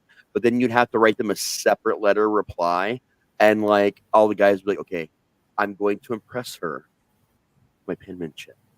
And you'd write a letter, and you'd no, this will not do. And you make 10 fucking different copies of the letter because you screwed up one goddamn little thing, and we didn't have the erasers with the pens because that became a thing later. So you just had to literally throw the whole thing together and then make other copies and drafts until you got that right one that was just perfect. And then you'd give her that one. And then, my friends would pay me to rewrite their letters for them. So, half the love notes all at school are all in my handwriting. And at one point in time, someone started, collecting them all, looking at them and, comparing. And they're like, how many girls has Raz dated? We've only been here for 4 months. What the fuck is going on? And a lot of guys got in trouble for paying me money. You're a regular Sergio de Bergerac. Well, they wrote all the content themselves. I just made it look like the penmanship. You know, that's where I came. Well, no, I'm not gonna lie. Some of the letters I just wrote because they were morons, so I had to write the whole thing. But, you know. So at least 2 of you have read my story, and this is continuing the thing on names. And 3 of you have actual names of family members, and I got to mix in different personality traits of both you and the family member in the person. And I just had so much fun with that idea. Oh yeah. I gotta find out What was the deal with? Go ahead. This was just a quick thing before we forgot it. What was the deal with those erasers that were half pencil and half supposedly pen that never did anything other than tear the paper apart when we were kids? Do you remember those? It would be pink and gray, and it was like this part was just to utterly ruin anything. Yeah, Maybe file your nails. It was supposed to erase pen. It was a type of eraser. It was designed to erase pen. Well, the problem is when they made the combo eraser, in the process, when they're making the erase, because they had to make that eraser differently. So when they were making the combos, they didn't make any of them correctly. So the pen side of it solidified way too much, which is why it just tore shit and ended up getting rid of them. But then Bic put out a new line that was a pen only that had the gray eraser on just the cap. That one actually did work and actually did erase pen on paper. I remember that on the pen caps because I was like, why can we do it with this and why do they sell these big things that can't? Yeah, it was so dumb. Those erasers were weird, never actually really worked. Sometimes people said it's like... Go ahead. Well, I was just going to mention that in grade school, I would pretend those things were spaceships. Just kind of flying around. Now, you could wet them. If you soak them in water overnight and let them dry, they did erase better, but you had to do that frequently because, again, the way they made those erasers would dry out, and they would also eventually, if you kept them long enough, would crumble. They would dry out and crumble. It's so weird. I had an interesting conversation earlier today about the education for gifted classes. We were talking about this because it started because I hate the word smart. I think it's a stupid fucking word because everybody has things that they're better at than other people. That doesn't. I feel like people use the word smart as a qualifier to make themselves better than others. And we were talking about how it starts in the educational field and kids that, oh, well, you're really good at this one thing, so you must be smart. You must be this. And then they just, teachers, principal, everybody just pushes you really hard, like you just get pushed and pushed and pushed to the point now where you're so stressed out in school, you're having nervous breakdowns in like junior high because of all the pressure being put on you. And it was just this huge conversation we were randomly having at the haunt today, but it's some bullshit. I think what teachers do and what, educators do. And at the end of the day, a lot of these classes aren't really teaching anyone that's smart how to be smarter. They're showing off to the school districts, oh, look what these students can do. More money, please. And it seems like a really weird bullshit way to handle things. I agree. Because I was in the median classes for certain classes, but I was also in the gifted classes for them as well. Because I failed them in one grade, but I'd been so good in another, they put me in the next semester in the gifted classes. And that was only because I had 2 teachers teaching me the same thing at the same time in that class. And then there's here's where you're at with your reading. You're reading into this level. I think I was in 4th grade when I got gifted for English, and they're like, oh well, you should be reading at this level. Here's the book, and I yanked out Dark Half by Stephen King. Like, oh, this is actually what I'm reading. They're like, oh well, we didn't measure that properly, but because you can't measure it, people like what they like. They get interested. I had a friend growing up with a guy that had severe mental disability. I once watched him build a stereo from spare parts from Radio Shack, like a full stereo with the record player and everything. I once watched him build a remote control car from the ground up. He couldn't read. He couldn't read. His mind was permanently like the mind of a small child. But he was fucking brilliant at electronics, and he couldn't even tell you how to do what he was doing. He just knew how to do it. He would see something and take it apart once, and he could rebuild like anything that he could buy the technology for. We have the technology. We can make him better. We're having the same type of conversation. My brother-in-law, he is so good at certain things. He can tell you the square footage of the yard by looking at it. Okay. On the other hand, I can't give him instructions too fast, because if I give him three parts of the instructions at the same time, he's gonna look at me and just stop. And I know you guys understand autism, so on one, it's like my cousin Stacy. He can tell you how to build, how to make the fuel for, and how NASA, for the rockets they make to go into space, anything they do, he can tell you how NASA does anything. But he still thinks 4 quarters is more than a $5 bill. Or of something, one of something. Yeah. So it's one of those, you can't exactly measure it by standards that they have now. No. And because every standard test is designed to show off grades to get more money for your school districts, they're not actually properly measuring your intelligence. They're not properly measuring your aptitude or your skills with certain things. Like, I just think it's fucking ridiculous, man. Like, if they're gonna judge us as children, judge us properly. Like, figure out how to judge us based on who we are and what we like and what our capabilities are, because you cannot hold two people to the same standard. The standard has to be different for two different people. I agree. I have no sense of spatial awareness whatsoever, but I can do math like mad. Right. The way one teacher was teaching my kids science, she had so much trouble, Sophia. And then we changed teachers and changed schools completely. And she could repeat back the lesson that the other teacher tried to teach her and this new teacher taught her.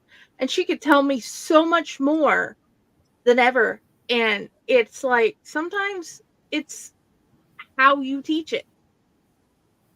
I was talking to an educator friend of mine in Nebraska. The only other Nebraska person that I know that I consider a best friend that's not Jane Nardell.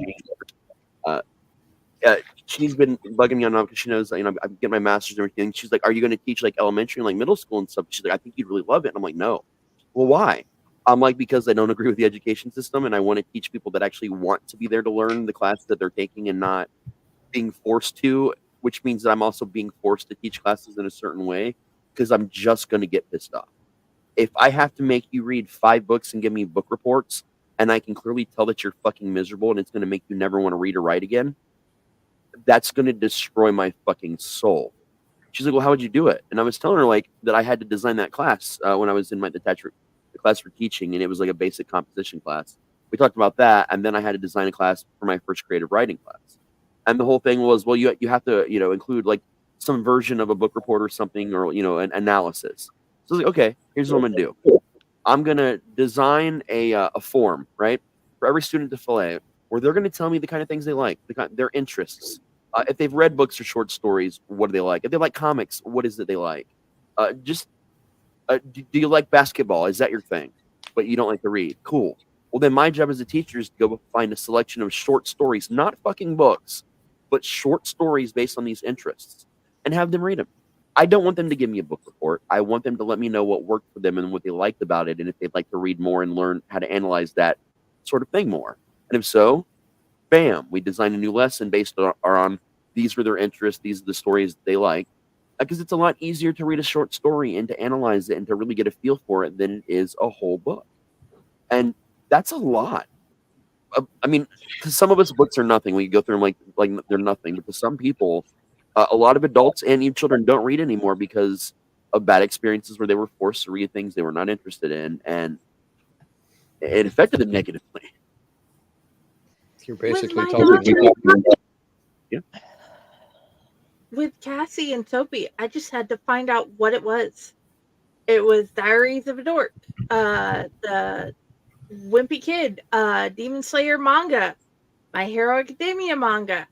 It was finding that. And then they started reading more, finding stuff about pirates. We found a book about pirates at Dollar Tree this weekend. Dante's already blew through it, and now they're singing more things like Weller Man, and it's like the best thing ever because he's like, "What is a sea shanty?" And Josh gave him his favorite one. Hell yeah. UncleNecRo and I were fortunate enough to have an instructor that read Stephen King to us at the he wasn't our English teacher, he was our social studies professor, and during days when there wasn't really much to do, he would just, or after he'd give the assignment, you could either sit in class and read or work on other stuff, or he would just sit back by the window and he'd pull down the shades and he'd leave enough light where he could see by the window, and he'd just sit there and read to us for 45 minutes to an hour. And he had the book marked where he was at for the different classes and just read to us. It was high school. Yeah, it was fun. Yes.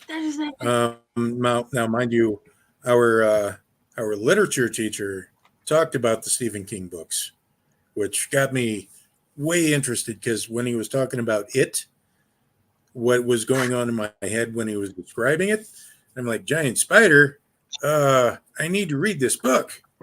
And I was like 13, so it's just. And then you found out that was like 2 seconds of the book and it wasn't even a fucking spider. Right. And you unfortunately missed, I think it was my senior year when they introduced like quarter classes for English classes. They had like contemporary fiction was taught by Mr. Bartek. And I took like 7 English courses that year, but so we read like one of the stories we read, and that was Eyes of the Dragon.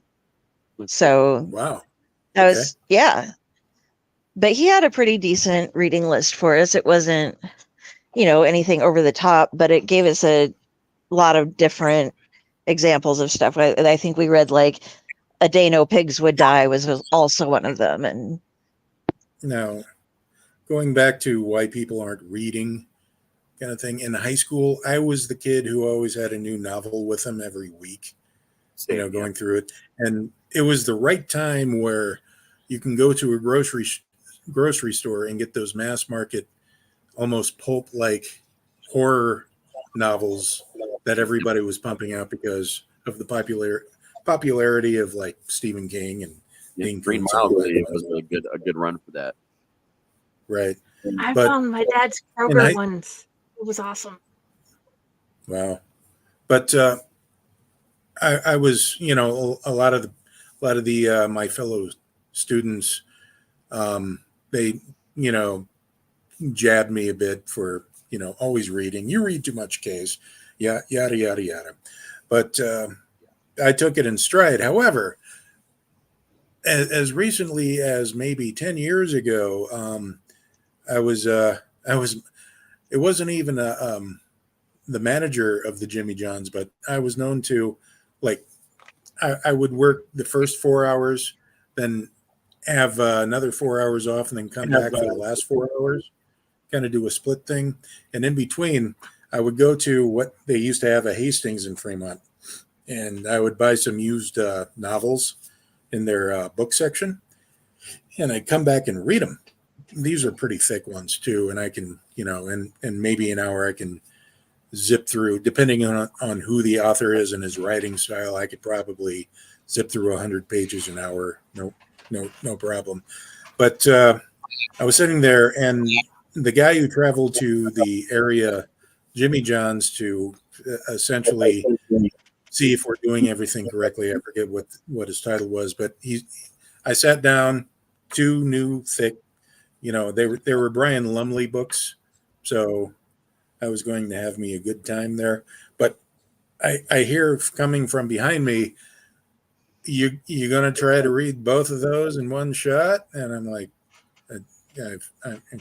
and then before I could really say something, he shot back with, man, I stopped reading after high school when I didn't have to do it anymore, which internally I'm thinking that explains so much about you, sir. But Yeah, my first fiance, she had the theory of, she agreed with Jim Gaffigan with the best thing about movies is no reading. She took that seriously, and so I just took it in stride. I'm like, she likes comedy, and I was a reader, and I remember being in her apartment, and she was waiting for her to come back from work, and I was reading a book on the couch. She comes in, immediately goes, "What are you reading for?" And I went, Bill Hicks. And she went, "Who?" And I thought, oh no, this is not going to end well. So that kind of went off. It's like the eye doctor. Yeah. I have these and have had them since second grade, but I still read and haven't stopped me. And the eye doctors at my kid at 4 years old, I brought them in before the first day of pre-K. Did the teacher send them in? I'm like, no, I have these. I thought it would be good to see you first. Right. And it's like the same line of things. Why do you read? Because people are mean. I like these people better. I would rather do this. Yes. Or find out what Really, you read. in the long run, a book is way cheaper and lasts longer than any movie that's coming out nowadays. Yeah, I got to the haunt an hour early today. I just sat on the front steps and read a book for 45 minutes before I even went in. No one else was there. I was like, it's quiet. It's actually kind of nice today. I'm just going to sit on these stairs and read a book. So I know Josh, it's going to be a shocker. I know it's going to be a shocker, but I do have a book story. So I sent a message to our chat about Mrs. Wishy-Washy. That was the only book when I was in elementary. I read it and I completed it with my reading assistant teacher. So me reading it, I memorized it. So every single time she'd be like, "Okay, what book do you want to read?" And she goes, "Why don't we try a different one?" And I went ahead and got a different one, tried it, put that one back, and went back to Mrs. Wishy-Washy every single time. And she goes, "We need to get you to start reading other things." I said, "But I read this one, and I know I can read this one." She goes, "At this point, you don't even have to read it. You're memorized the whole thing." Yeah. So every time I would go back in and I would see her before she retired, I would ask her, "Hey, do you still have Mrs. Wishy-Washy?" And she had that book for so long until one kid destroyed it. So I just happened to look and I can get it. And that would just bring up so many memories. But the ironic thing is, I don't remember that story at all. So I would have to go ahead and read it again.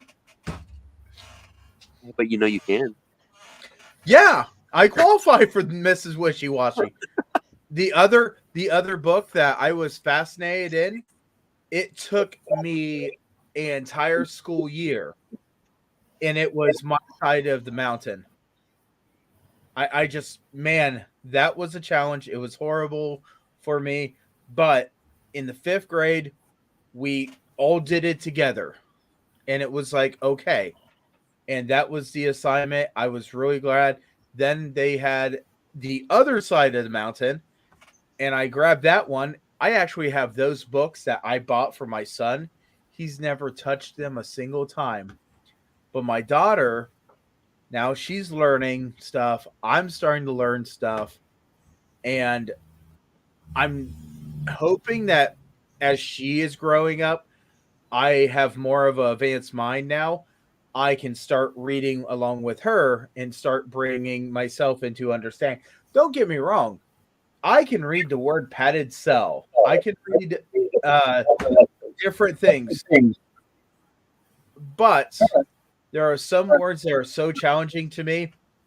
The easiest way is to pick up my phone and tell it what I want to do, or have my phone read it to me, because it gets me through my day so much quicker. Right. And I know that adult literacy is like a huge problem. Oh, look, there's that. But that really was not a plug. I forgot about that, by the way, Raz. Oh, I've had it ready to go for like the last 2 minutes. Oh, okay. But no, I just pick up something small, pick up this and that. And, you know, it'll make you better.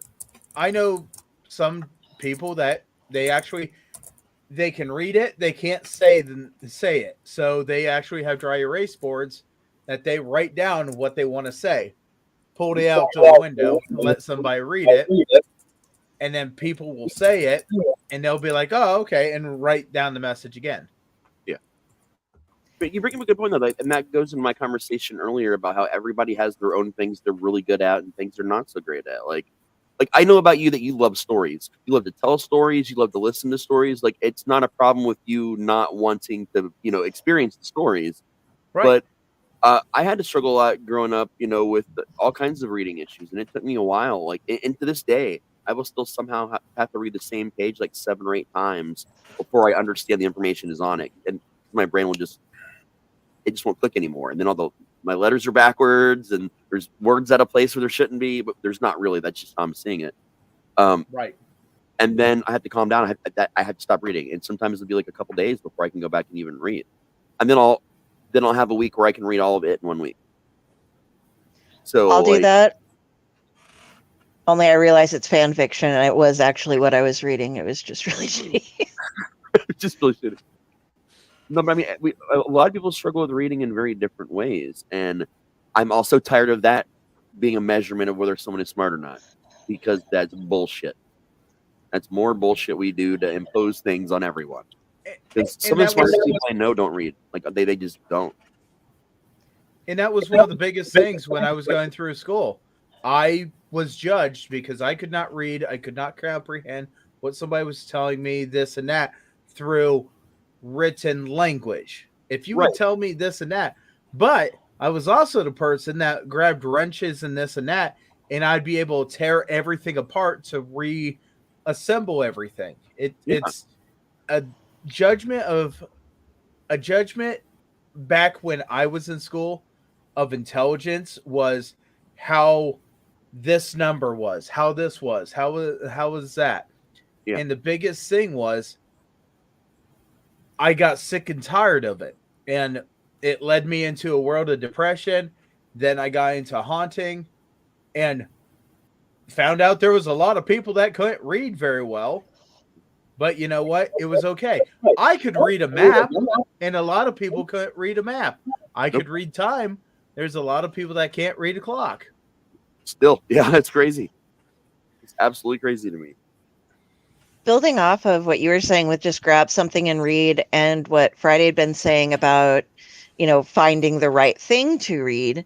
Comic books are really good for that. They have them for all ages now these days, not just for, kids, but beyond the fact that you have something small, you have pictures so you can see what's going on, that help. The fonts used most of the time are written, most of the fonts that they use are written specifically in a way that is helpful for people with dyslexia, because you can't confuse the letters as easily. Supposedly, there have been studies, and the Comic Sans fonts in Familiar in particular is that way, but that kind of comes from what they use with the comic books too. So yeah, so it's a great way to get your stories. And they'll take regular books and turn them into a comic as well. So right, you said dyslexic, and I'll tell you what, I got it. And let me just tell you, I just did a background check, had to fill out the whole dang thing, this and that, put my fingerprints, and everybody's hunky-dory. I had a dyslexic moment, and it freaked me out. I went running back into the BMV and told her, I said, "Can I see my paper?" And she goes, "Yeah." And she flips it around, and I went, and I said my social security number. I was like, "Yeah, that's right, okay." And she goes, Did you? I said, "You have no idea how I thought I flipped those 2 numbers, which would destroy everything. I would have to come back in, have everything redone, because I was a dumb nut, and I really lost it." And she told me, she goes, I'm glad you checked. This is all right. Yep. But I'll tell you what, B's and D's were horrible when I was a kid. But it still is a major problem for me. Once in a while, it'll just grab me. I'll flip everything around. As you brought up, comics are supposed to be a little easier for you not to do it. Oh no, I still messed your comics up.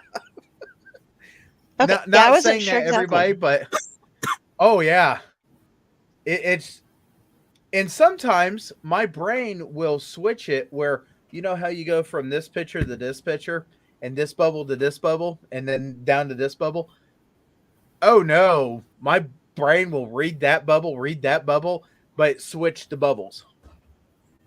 It just it's terrible. I mean, anybody that has dyslexia, just absolutely, it can be a nightmare trying to get some stuff done. And the thing is, I've went through job interviews, and I told them in the interview, you going to go ahead and judge me what you see on this paper and how I'm handling myself with this paper, or how I'm reading this, or how I had to talk to my phone to get through this. I don't want to work here, because I'll tell you now, you're going to lose somebody great. In the company I'm with right now, absolutely has never judged it in this and that. I've actually been able to not trick people, but just not let them know everything. And my boss, after 6 years, looked at me and goes, "Hey, why are you talking to your phone?" And I said, "Because I'm trying to fill this out." And he goes, "Okay." And I took a picture of it, and it read the whole thing to me. And he goes, "Are you having problems seeing?" I said, "No, I can't read in the worst squat." And he goes, "Are you serious? For 6 years, I didn't know that." I said, "Yeah. Why do you think I haven't tried for my hazmat?" Right?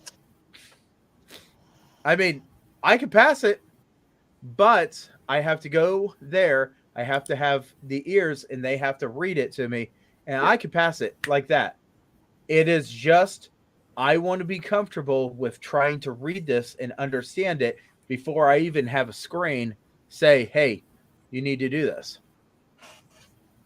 And that brings up a good point about audiobooks, because I know when I was young, they were not accessible.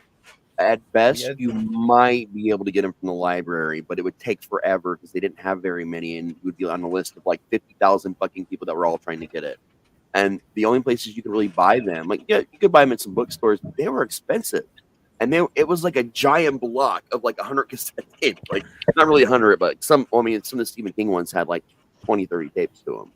And it was not easy to get a hold of them, and it cost so much to produce them. They were just too expensive. So maybe you could find shorter ones at like truck stops. You could find shorter audiobooks. And they were a little bit cheaper, but you're sold like $30, $40 back in the 80s and 90s for this, when the book is like $7, $8. So like, it's like they went out of their way to make it, you either read it or you have to basically be rich to fucking listen to audiobooks. And it wasn't until things like Audible and stuff came out where, you know, you could do this for like a much cheaper amount. And now that they have their free libraries, even when you're subscribed, the audiobooks like are more of a thing now. And I know a lot of people that don't even physically read at all anymore. They only experience stories through audiobooks. Mm-hmm. I mean, I do both, but like for the longest time, I thought, no, I have to read it. I understand more when I read it. And what I found is I only understand more if I'm tired. If I'm tired and I read, I'm going to remember it a little bit more than if I was listening when I'm tired. Any other situation, I can fully understand it just, you know, like I do reading it.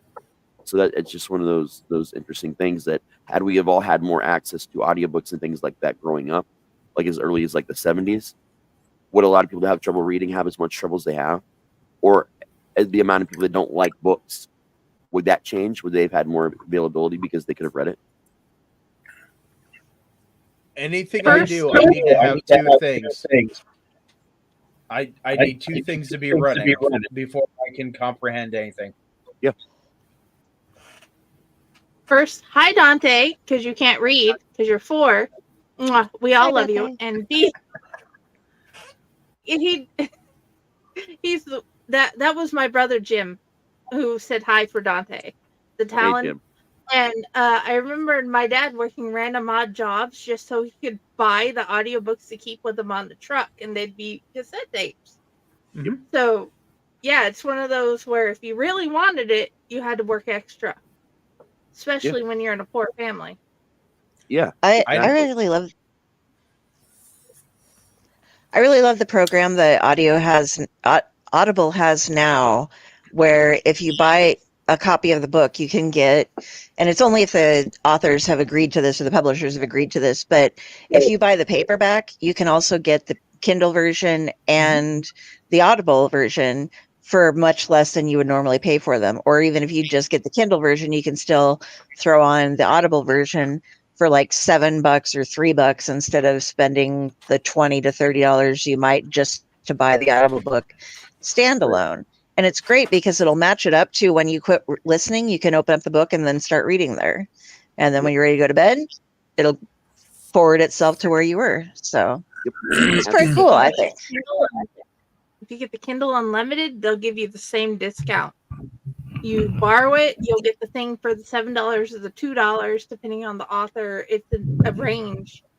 And then you just turn back in the book after you finish the other book, and they'll count it as you having read it. So you get to keep the cool. And I have probably over 400 titles in my Audible library, and it's constantly growing.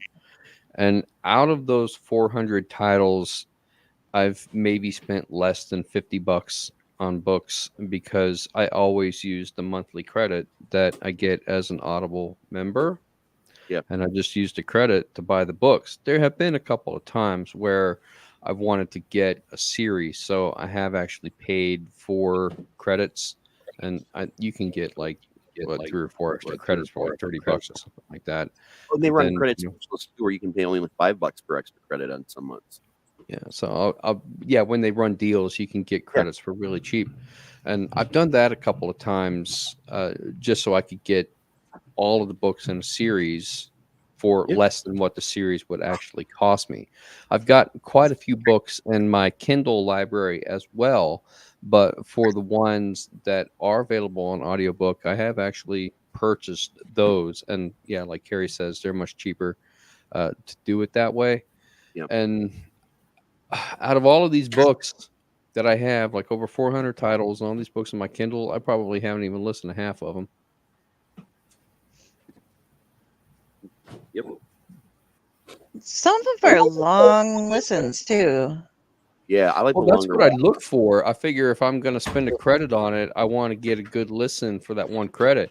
And Stephen King books are really good for that because some of them are like 20 hours. You know, They are. I like the also long listen books for one credit. That's good.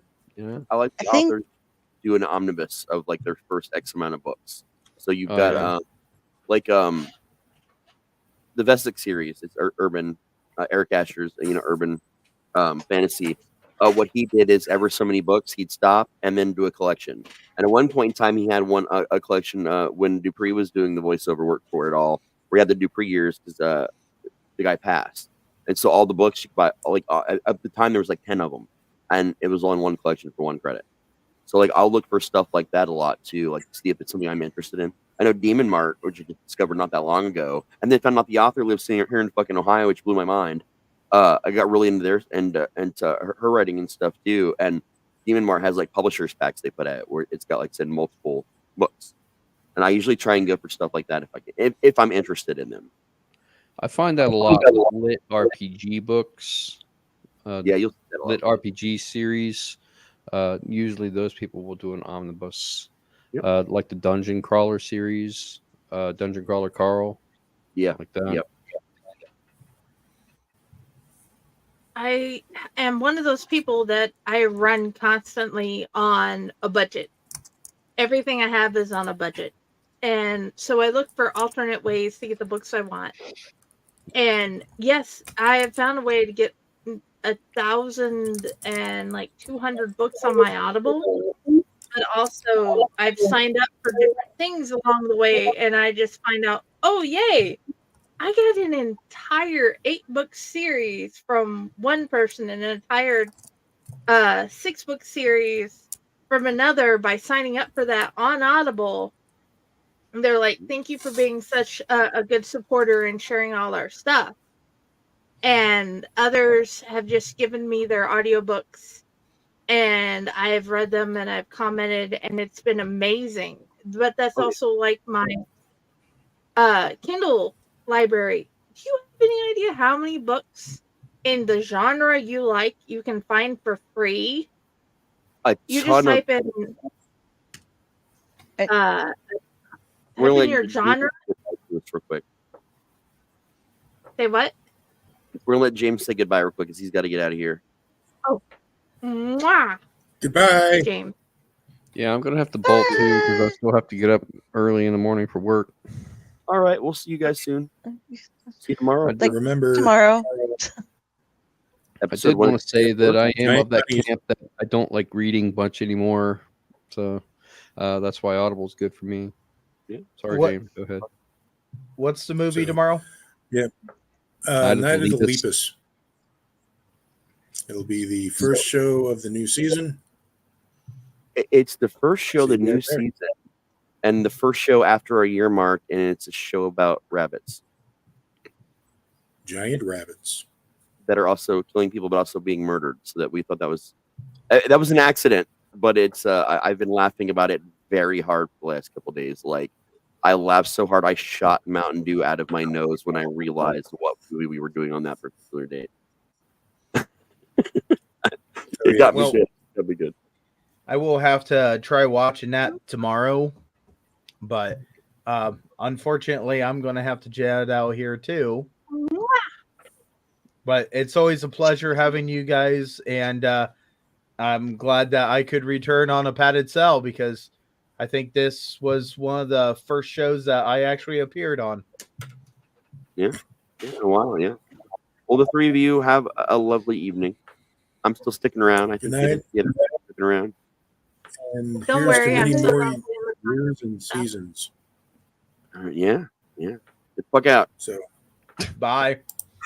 Love you guys. Bye. Bye.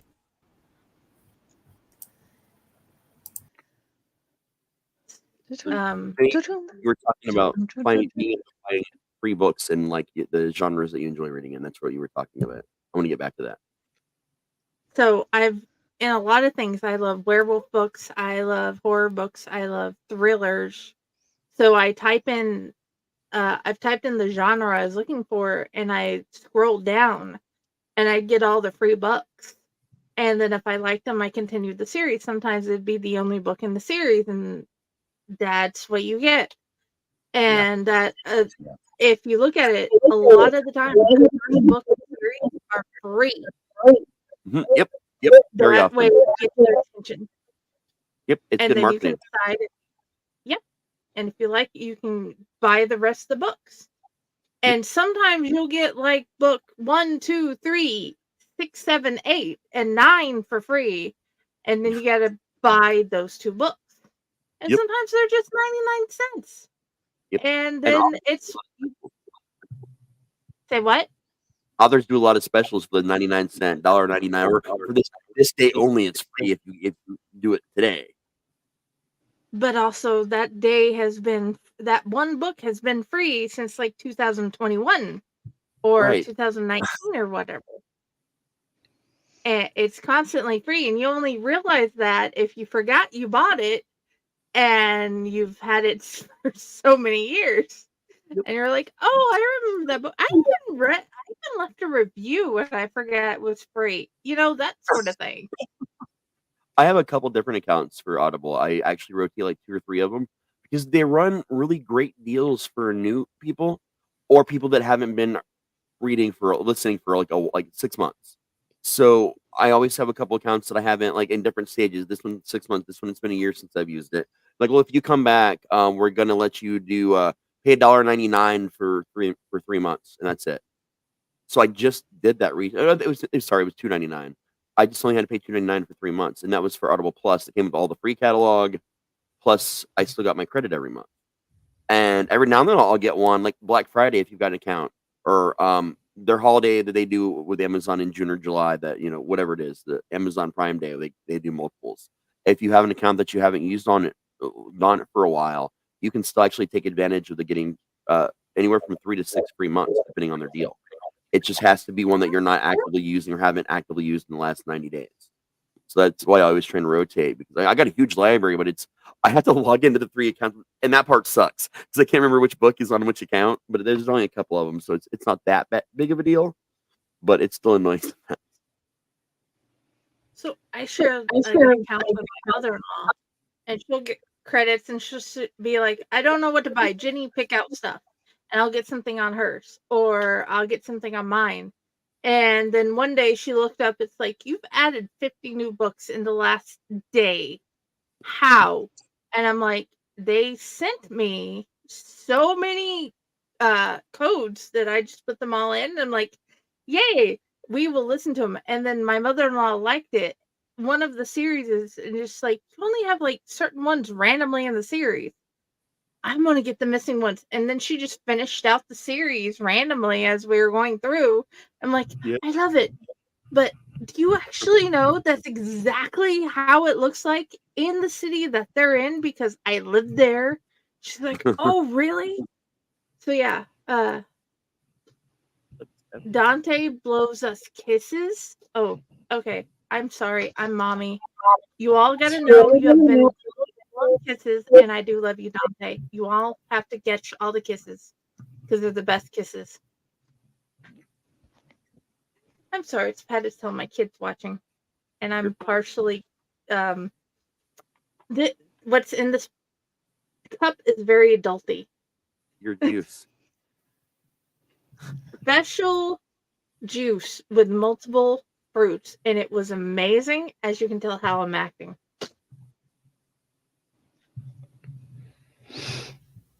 I'm just over here thinking, maybe. Got my Sonic,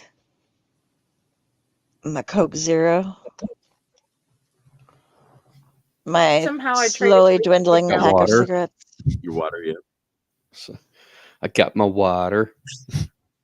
Staying hydrated in this heat. Fuck that heat. Please do. I caught Oh, by the way, it's 98 degrees in Texas. Please drink water. Thank you. Heat index was over. When we were in 100. IKEA, Go ahead. oh, sorry.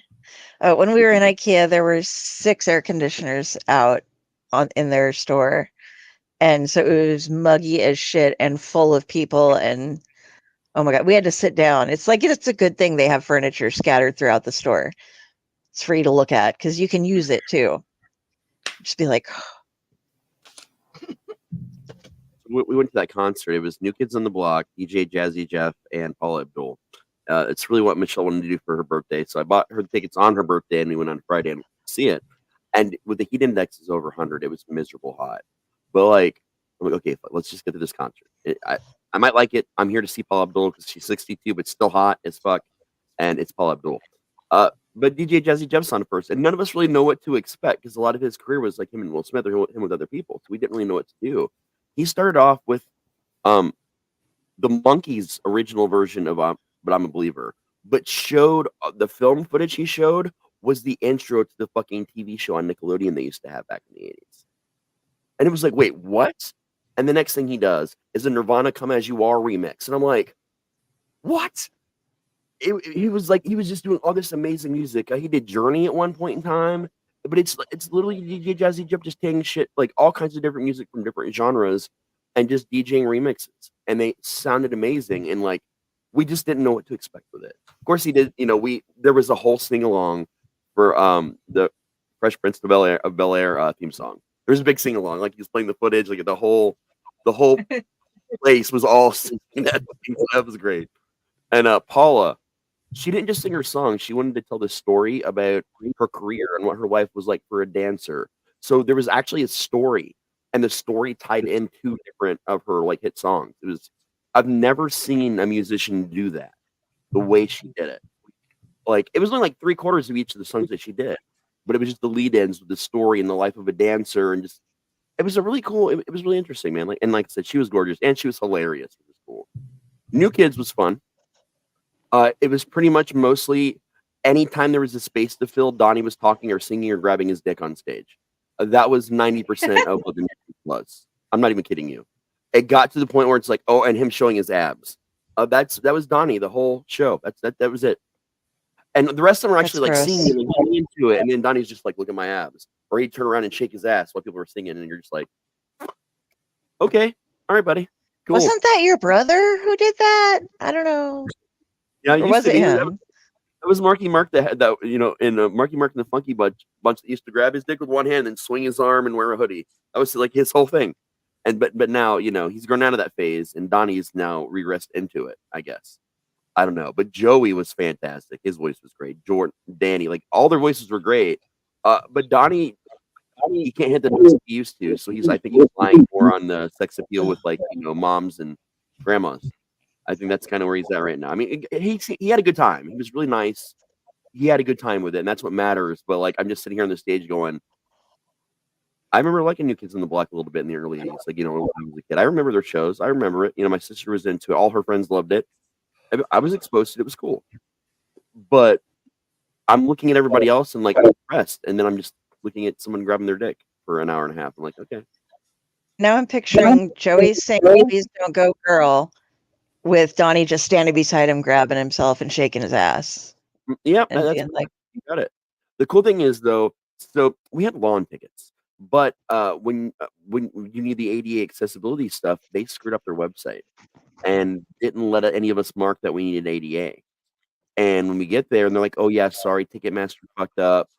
And a week ago, there was this announcement for people that were just now buying their tickets where it got fixed, and you had to click a box to get the ADA accessibility for the field. And we're like, "Oh, that's great." And Michelle's in the wheelchair right now with her foot fracture. So, and I'm on the cane. I'm like, "So how am I going to push a wheelchair up a hill to get up there?" Oh, there's the step. I was like, "The steps." Great option. Okay, cool. What can we do here? We're trying to figure it out. But then I actually went and talked to someone. They're like, "Yeah, we have to take these people first, but if you come back around, right when the concert's starting around 7, I'll see what I can do." The guy was super nice. I talked to him a little bit, and I was like, "Man, I totally understand. I appreciate you the information." We left, come back at 7. I went up, found the guy again, went to talk to him, and we started talking, and he's like, "I just want you to know that I've been waiting for you to come back to see you because there was 10 people before you and probably 20 people after you, and they were all absolute assholes that were demanding things of me and screaming at me because I couldn't see them. And here you guys are, one actually in a wheelchair, one on a cane with like different ages of people, and you were the kindest people I've had here in years. So you're going to get moved up to the pavilion." I was like, "Dude, you're amazing, and this is for my wife's birthday." He's like, "Oh, really? Well," and I was like, "Also, do you smoke?" He's like, "Yeah, and I had a pre-roll my place." So I slept in a pre-roll. I was like, "This is for being cool." And he was like, "No, dude, you're cool, but it's her birthday, right? So we're gonna go ahead and move you up to like, I don't know, the 5th row over on the 80 side." So we were like right up towards the front over on the left side. He specifically placed her on this corner because the New Kids were gonna come off the stage and go across the back row because we were at the edge of a main like thoroughfare. And he put her here just so she could have an actual interaction. And Joey actually went around that side and like grabbed her hand like and held her like hand for a minute and like. So yeah, it was the coolest thing, man. Just because we were cool to somebody, and somebody else was really cool. So like we were close. We were just far left. We were as far left over as you could get. So we were kind of like on the side, but it was really cool that he put her there. That was something we were really excited about. So it made the whole concert kind of cool because had to walk by. That's where they would walk by at. But it's a cool place to see a show. That is amazing. I want to go back to River Bend because they've got Bush playing with Candlebox and Jerry Cantrell. So I really want to go check out that. Oh, I want to go with that. It's a really cool place, man. It's an outside pavilion. It's covered seating. Okay, maybe not outside. I mean, this is going to be in like mid to late August, so it could be better. It could not be. It's hard to tell.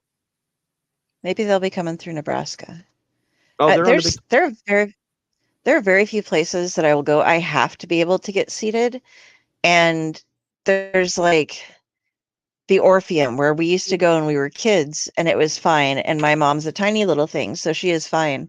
But the last time she and I went to a show, we were sitting in the front of one like there was the bottom seating, like orchestra seating and stuff, and the front of the stage, and then you go upstairs and there's a walking area, and then the next tier of seats that are just like put all their like movie seats kind of, but they're wooden, and they're like this far from the bar, so your knees are like and I mean, like the guy next to me was, I mean, I'm 5'5", and I could barely squeeze my legs in there. And there's the guy next to me who's like almost 6 feet tall, who's like got his knees up to his chin trying to figure something. And I don't know if it was like when they built it, they just assumed that it was all going to be little ones, or if people were shorter then somehow. But it just very poorly planned, and they've renovated it and never fixed anything like that about it. But like the Rococo that we went to, you know, you get to sit at a table, and a couple other places I've been to have nice bigger seating areas. But you can't, I need to see the layouts, and I hate when you go online for tickets and it'll show you like where it is, but it won't show you actual photographs of what you're sitting in, because you don't know if it's like seats at a table or if it's movie seats or if they're tiny, or I absolutely hate that shit. Riverbend's again, it's outdoors, but their seats are pretty bit wide. They're comfortable. They're decent seats. The Rose, it's another outdoor pavilion. They just did in Heber Heights a couple years ago. They get 90s, so much 90s and grunge. It's insane there. They made extra like wide seats, which is nice. Fraser Pavilion in Kettering, like they just redid a lot of theirs to make larger seating. And there is a whole fucking ton of places I will not go, because if I cannot be comfortable the entirety of the show, I'm not enjoying it. So I've got like a giant list of places that I just will not go see a show at. I'm not gonna have a good time. But I do wish they'd take pictures of the seats and what they look like and post those. It would be helpful when deciding whether to go somewhere or not. But of course, they're not going to do that because they want your money. So, yep. So I had younger me sitting here crying, wanting to cry and squee over the fact that you got to go to the concert and she got to hold. I had all the New Kids on the Block stuff as a kid, nightgown, bedding, all of it.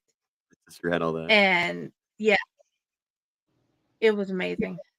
It was I'm awesome. so glad you guys got to see it. Joey even sang his very weird like B-hit Popsicle. And that's like one that like that was not a huge radio playable one. That was my sister's like favorite Joey song when I was growing up.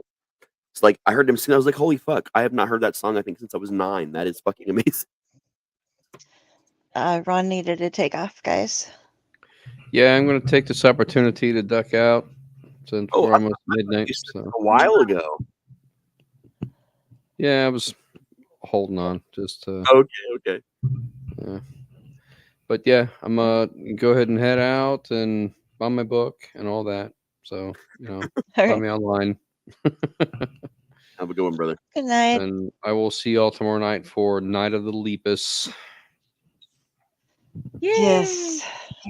Which wasn't a great movie, but it's not the worst one we watched either. So it's a bunny killing extravaganza. Yep. All right, y'all have a good night. You too, man. Bye. But Paula did my favorite song. Paula did her song Rush, and that's like my favorite song of hers because I remember being a kid. It's about a car race, and she's like waving the flag for underground car racing. Fucking Keanu Reeves is in it. Yeah.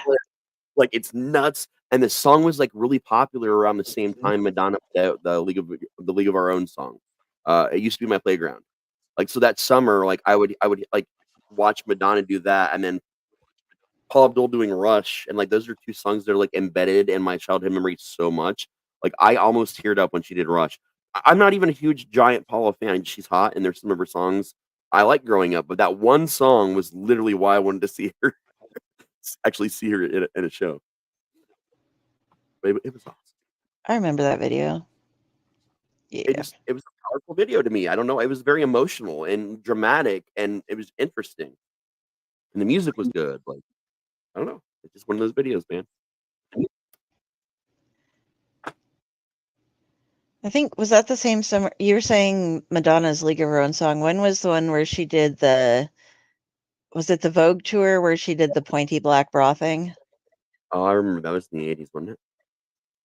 I was staying with my friend Bethany for like a few days over the summer. We were walking beans for somebody, and she'd recorded the whole concert. And so we would like watch it every day because she was into dance and she was trying to learn all the dances that Madonna did by watching it. And so I saw that so many times. And I wasn't an anti-Madonna person, but I wasn't like, ooh, you know who I want to listen to? Madonna. Never been that person. Yeah. It looks like the 1990 Who's your Blonde band? Ambition, by the way. Blonde Ambition? Yeah. Yeah, Blonde Ambition That's about 1990. right. That's with those bras. Yeah, I liked her. She was all right. There's some What songs I thought were was cool. What was what? what was that one singer or band that you were like, I must listen to this, period, Chris Cornell. for both of you? Yeah, a million thing Chris did. Soundgarden, I guess, first. Well, Jerry Cantrell for one, and Eddie Vedder. And probably Leon Redbone and Leonard Cohen thrown in there as being all it's different though, but Wardruna Einar's stuff is a totally different. You're not going to find it anywhere, so you don't have any time to really just stop and you have to look it up to get it to listen to. But if I need to calm down, it's going to be one of those singers that I need to like pull up to just put on and be like, okay, this is my little bit of U2 every now and then, I'd say of everybody I like, the only musician that I can tell you I loved every song they ever did and every note was Chris. I love a lot of Pearl Jam. I love a lot of Kurt, and Nirvana. There's a lot of bands I like a lot of their stuff of. But Chris is the only person, multiple bands and two solo albums, covers all the shit he's ever done in his life. He's the only musician where I've never found a song I like. Just so weird to me. Fair. When I was a teenager, it was Nickelback. To those in the audience, don't give me shit. I don't care about what you have to say. What album? I'm going to give you shit if what album and song it was. If it was their first album, I will not give you shit. If it's anything after their first album, I'm going to give you shit.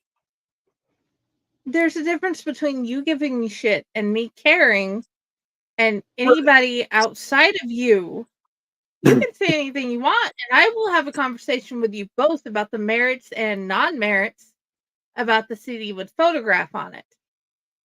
Okay, so I don't love that CD, but that song I do like. I did like that song. I really did, honestly. It was the only CD I had, and I was in a situation where it was the only Nickelback I had. Now, as an adult. Was that the Chad Kroger Lee version, or was it the Chad and Amy Lee version? The Photograph. It was the one where it's the whole Nickelback one, the whole Nickelback band version of Photograph. So it didn't have the Amy Lee cut-in parts? No. For some reason, I liked the Amy Lee. I like the original one, but I like the Amy Lee. It's the only Evanescence thing that I really, really like is when they did the duet for that song. Like, I don't know why, but but that one song, that's the only later song that I really like. Brooklyn grew up loving. She loves Nickelback. Rockstar was her favorite song. It's the first word she ever learned all the words to when she was growing up. Okay, I know now you. On what CD? Yeah. I had to look them up because I have no opinion on Nickelback really. Because the only songs, now that you said Rockstar, I remember what that one is. But How You Remind Me is the only other song that I could say when I read their list of songs that I actually recognize of having known of, but I couldn't have told you before I looked it up who sang it. I have nothing against them or anything for them. They were past when I was looking into new music for a while. So it was like if they were on the radio, okay. Yeah. But I didn't didn't go out of my way to purchase anything by them. I really got into that first album they did because that was like one of the last big phases I was struggling with alcoholism during. And that song, I heard it one day and it hit me like really hard. And I went out. I think the first time I ever heard it on the radio was like the week it came out. It made me go out and buy the album. I actually enjoyed the fuck out of it. I stopped listening to him though for the same reason that I've stopped listening to a lot of other bands. Not because they're not good, because when I discovered an artist I like, I need progression. I want progression in their music and their overall, journey and their story. But when all your albums consecutively, for the most part, have the same exact sound, I just get tired of it. I get bored of it. I like to be able to listen to different of your albums and get different vibes and feel different stories from you. That's how I enjoy music on a personal level. But I don't. It's not that I don't like them because they're bad, because I don't think they're bad. And fucking Chad has gone through a lot of insane shit in his life, dude. So hats off to Chad, period, dude. Like, this straight up.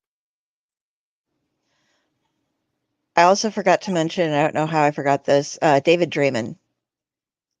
Just anything he does, I love it. I love it so much that we have, where'd it go? On our soundtrack. He's amazing too, honestly. I now that I think about it, I can probably say that I don't think they've ever done anything I dislike either. I think I just hadn't really thought about it, but I haven't owned or listened to the entirety of their last 2 albums. I like looking up. There are people who will tape him doing his sound checks at places, and like he started singing. Oh my love, my darling, have hungered for you. It's Unchained Melody. Yeah, he just starts warming up to all these different songs, and you don't get to hear him see the whole song, but like just him singing all these old love songs and different things like that, and weird duets with people for just little bits. That's kind of cool. It's fucking amazing, man. And his Sound of Silence, dude, big time. Wonderful. There's certain people I love their covers, and they're one of them. They're one of those bands. Five Finger Death Punch, I don't think I've really heard much of their original stuff, but their covers, yes. I'm a huge Marilyn Manson fan. I can almost say he's never done anything that I didn't love. Like, I can almost say that about Manson. But every cover that man has ever done, to me, has been brilliant and been just as good in a different way as their originals.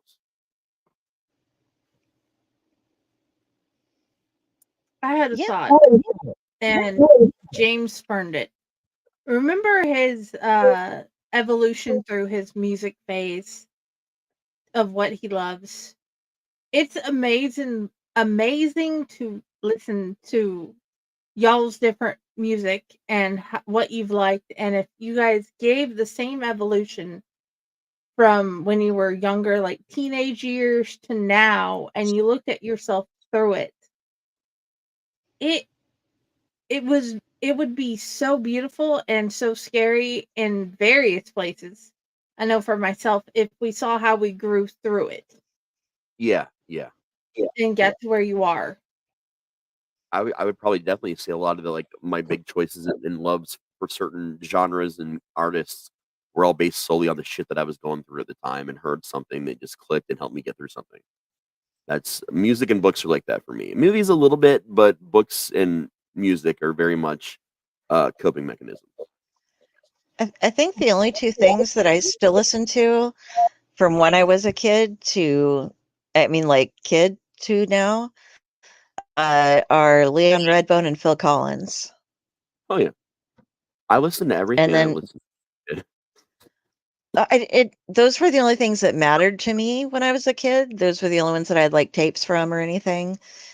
Oh yeah. And so it was like we had On the Tracks on vinyl, and my mom just loved that, so she's who taught me how to love Leon Redbone. And then I was all about Genesis and Phil Collins, and I'm still like, I have one of my favorite videos to watch on YouTube is one of his more recent tours where there's a blue stage and he goes on and he sings In the Air Tonight, and he's wearing a black outfit. If you guys see it, it's like a 7.5 minute version, I think, but it's like he walks the whole stage singing it, and he walks by all these drum sets. And he walks up and gets up to the back, and then the top center, a drum set rises up as he finally gets to that point and sits down and just gets into the beat. And it's just like, I have goosebumps just talking about it. It's so good. Oh yeah. That sounds amazing. But when it Like, comes I'm to seriously Genesis, still shivering. it sounds amazing. One of my least favorite Genesis songs is my husband's favorite Genesis song. So I hear it so many times, often. What's So the name? But Suicidio? on the other hand, it is a good song. I just despise it.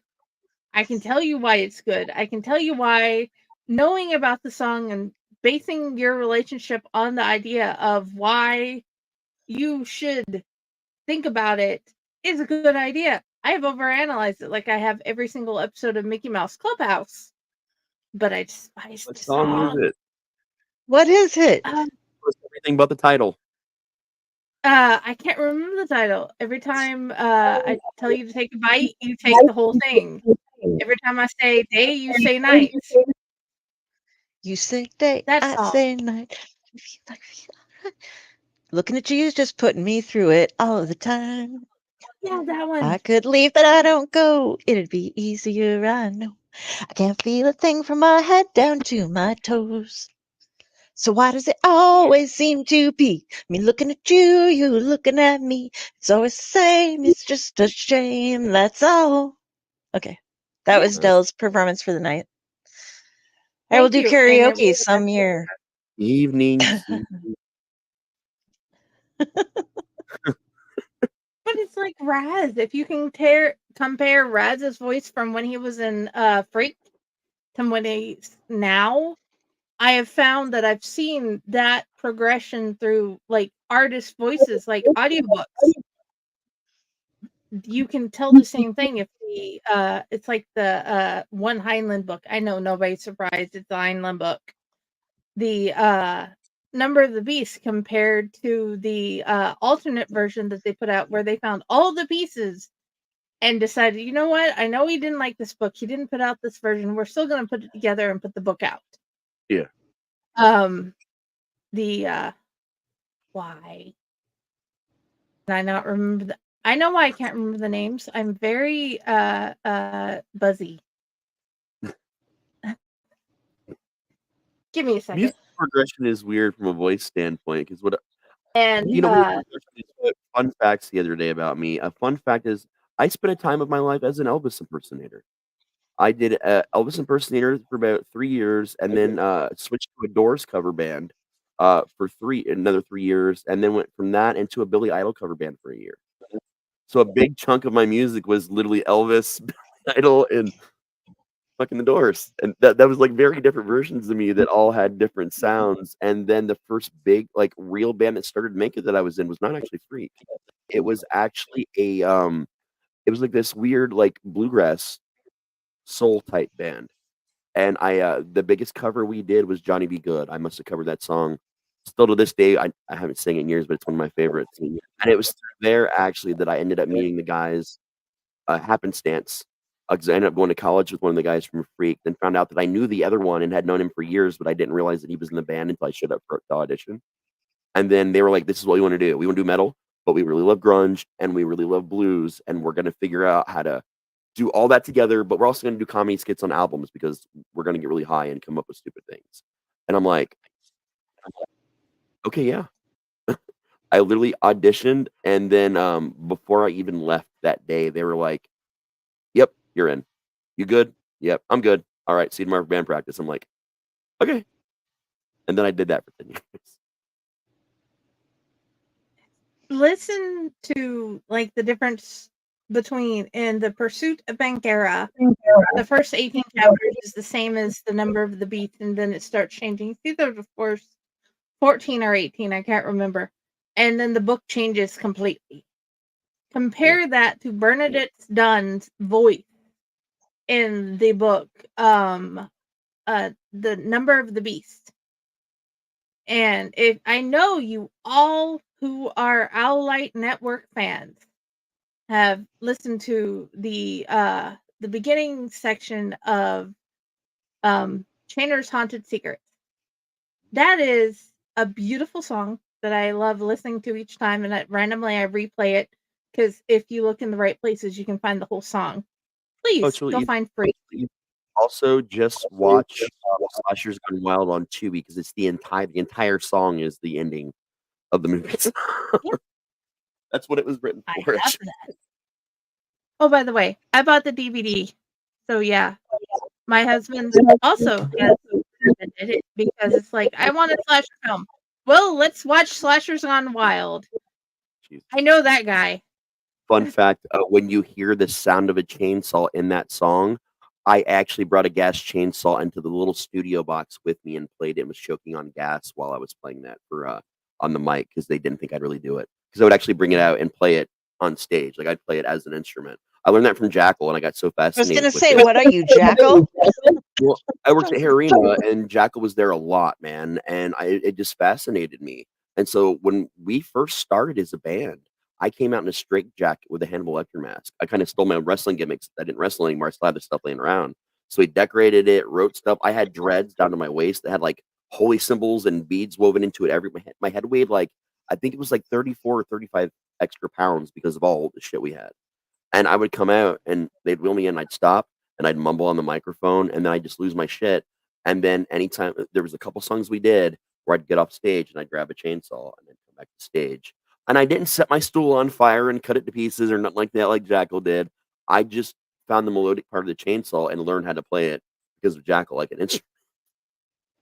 And I'd stopped doing it for years until we did that song. And we did that song like, I'm going to bring back the chainsaw. Dude, this is a studio song. We may never even ever perform that.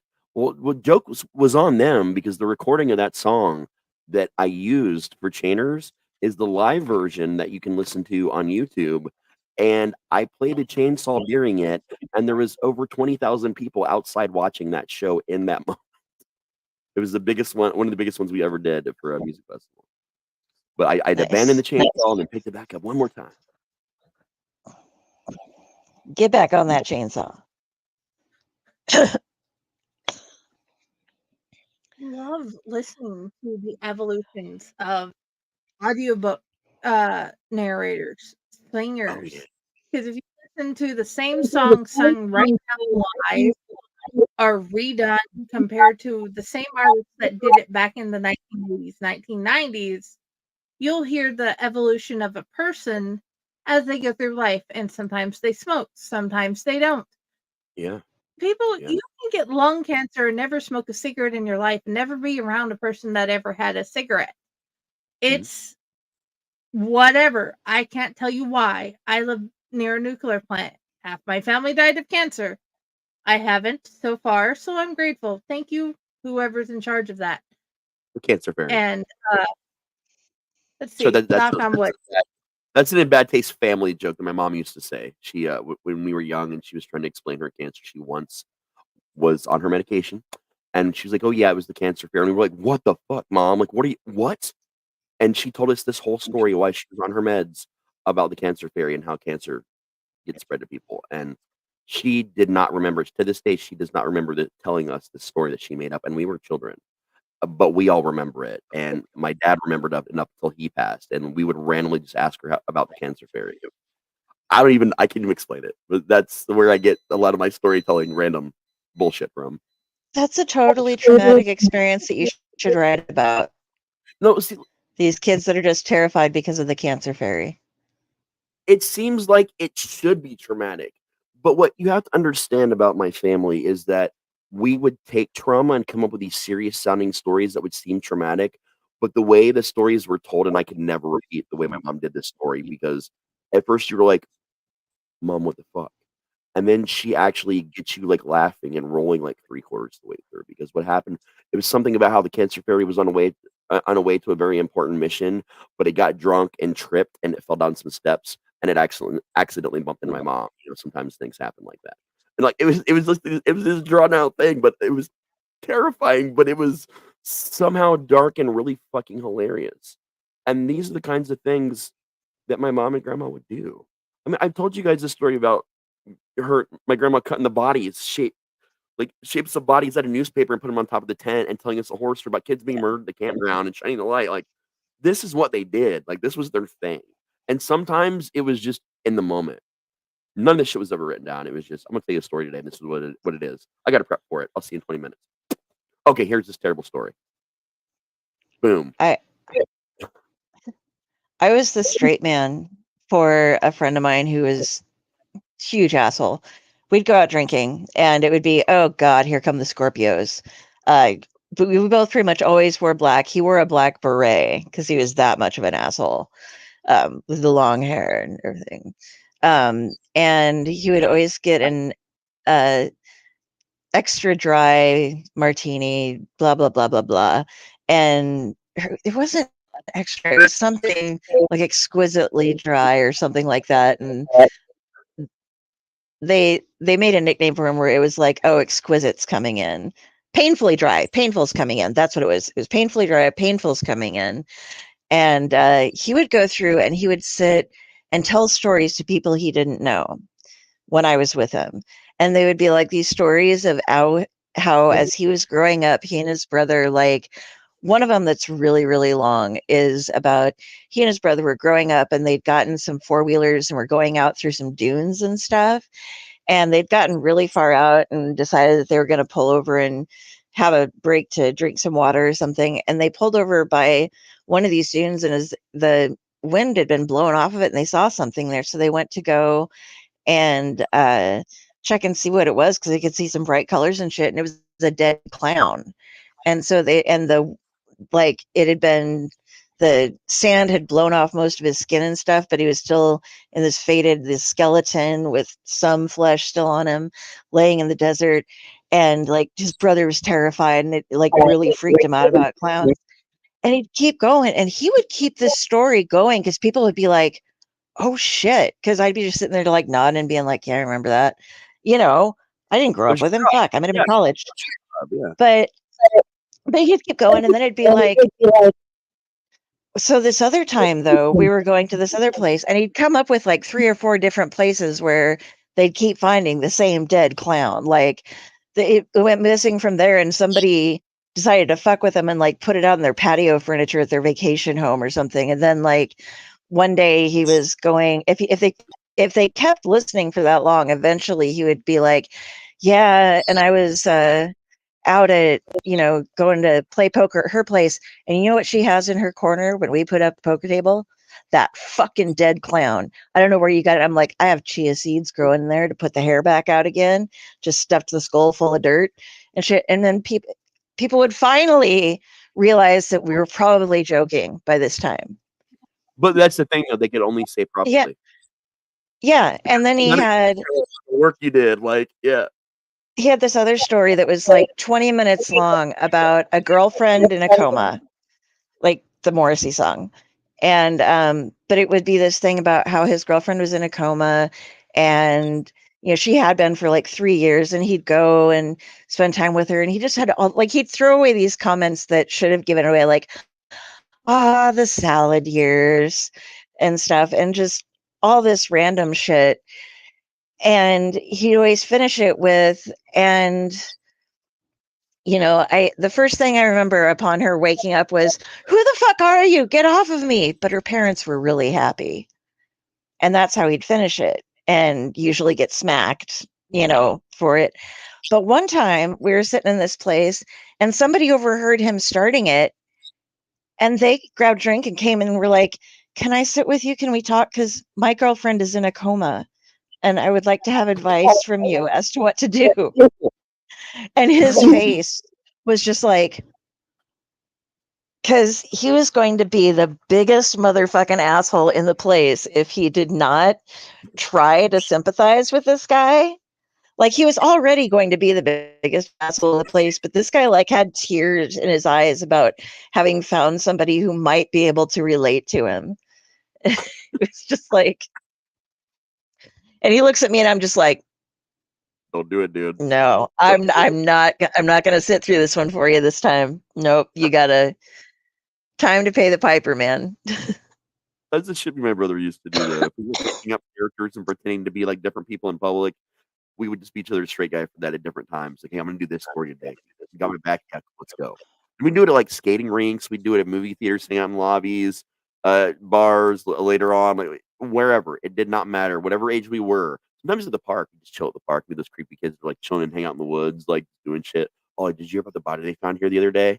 But we would start it as a conversation between us and see how many people started listening, and then we'd start addressing the crowd. Like we'd do these little setups and stuff.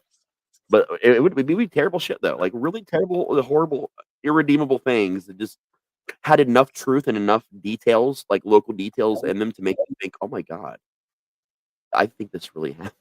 One time, my mom got so freaked out that we saw this dead guy on the train tracks, but it's okay because he was trying to touch one of the kids that we were in class with, and he deserved it. And we saw him got hit by the train, and like we were there, then we saw the body, and then we just started poking it with shit. And, like I was so convincing. And let me just tell you, I was in second grade that my mom freaked the fuck out. She called the school and reported where the dead body was. And my mom did not fall for bullshit. She was a bullshit artist. She did not fall for things. But we were so good at it. Mom made a rule. She only ever made us promise growing up. One was that we could tell whatever wild story we wanted, but if we saw her panic and go to a phone, we had to immediately tell her we made it up. Immediately. And she tried to never pull it. Like she tried really hard to never pull it because she didn't want to ruin a story or ruin her belief in the story. But like if it got that bad, and it happened frequently, but we would only be grounded if we didn't tell her it was a joke or we made it up. The second one was we were no longer allowed to hide in weird places at the house, around the house, just jump out at her. Because we had a tendency to do it when she had food or something hot in her hand. And one time she threw a plate of biscuits like a frisbee, and it was one of the old school plates. The plate flew through into the living room, hit my dad in the face, and knocked out one of his teeth. And she burnt the whole inside of her arm as the plate was skidding. The plate was that hot, and the biscuits fucking flew everywhere. There was like 20 biscuits, and they fucking buttered biscuits just flew all over the house. There's like butter stains on the fucking walls. That plate just went. After that day, she's like, for you. "I can't do anymore. Like you guys are scaring the shit out of me, and you're really good at it." Which is why she ended up later making us do haunts. But like it all started because we were terrifying her, and it was my dad's fault because my dad was scared of horror. Horror gave him nightmares, and he'd wake up and scream. Like he could not handle horror. And the dude was like 6'3", 300 and something pounds. Like he was enormous. So the fact that anything could actually scare him weirded me out as a kid because he was the guy that real life situations, you could pull a gun on him and he'd laugh at you. Like he was afraid of nothing, but like Freddy, Jason, Poltergeist, any of that shit, he'd lose it. And but he thought it was really funny. Is like when we were really little to hide in different places around the house and scare us. If one of us was taking a bath or a shower, he'd come in and just rip the shower curtain off and be like, ah, and then he'd walk away and you're sitting there blinking like for 3 minutes to figure out what the fuck just happened. And he just did it to us so much that so when we started doing it, we just got banned really quick. But yet my dad never worked at a haunted house. He never did any of the movies. My mom did nothing. But he was amazing at fucking terrifying people for no reason. He did like to sit and scare people on Halloween when he gave out candy though. He would take stuffing and stick it in his coveralls to make it in like egg to make it look like it was stuffed, and he'd wear a gorilla mask. And it was a bright orange jumpsuit, like coveralls that were stuffed with things. And like even like a stupid cheap like $10 gorilla mask from the drugstore, he would stuff it up his neck. And even his work gloves would be stuffed. And he would be sitting like this in the chair with a bowl on his lap. And people they'd come up, grab the candy, and he'd just sit up straight and go, boo. Or just something stupid. They would flip the fuck out, dude. Like he would run people off the property if he stood up real quick with the bowl. This one poor kid, man, he shat himself. And he was an older kid. Like he was like 17 or 18. And I think I was like 4 or 5 when this happened. Wow. My dad stood up, that kid sat on the ground and just shook and shit himself. But we knew the kid. Like we knew the kid, like and who his parents were. And mom had to actually go in and call his parents and have them come get him because he would not stand. Well, even when dad took the mask off, it was like he was just so traumatized. He was just staring at the siding of the house. Yeah, it's bad. sounds like when mom jumped around the house once to scare all of us kids and everybody else, she'd put on a big, like my stepdad's overall things for like snow blowing and stuff. and big old boots, and came around and was just like, ah! Sister is inside the little one is inside the house as soon as possible. Stepbrother right behind her. Stepsister close behind him. Me, my feet went like this, and then they just dropped, and I just fell to the ground staring at her. I did not shit myself, but I did like do the drop to the butt and just, well, I'm the sacrifice. We always made sure we had at least a couple of like super gullible friends, just because they were really fun to tell stories to and to fuck with. I mean, like, not meanly. Like, we didn't do it. We weren't mean. We didn't prank them or like hurt them or make fun of them or anything like that. We just had friends that we knew that were more gullible. There's one I grew up with, Chris, and I still talk to Chris sometimes. Actually, I've known him since third grade. We still talk to this day.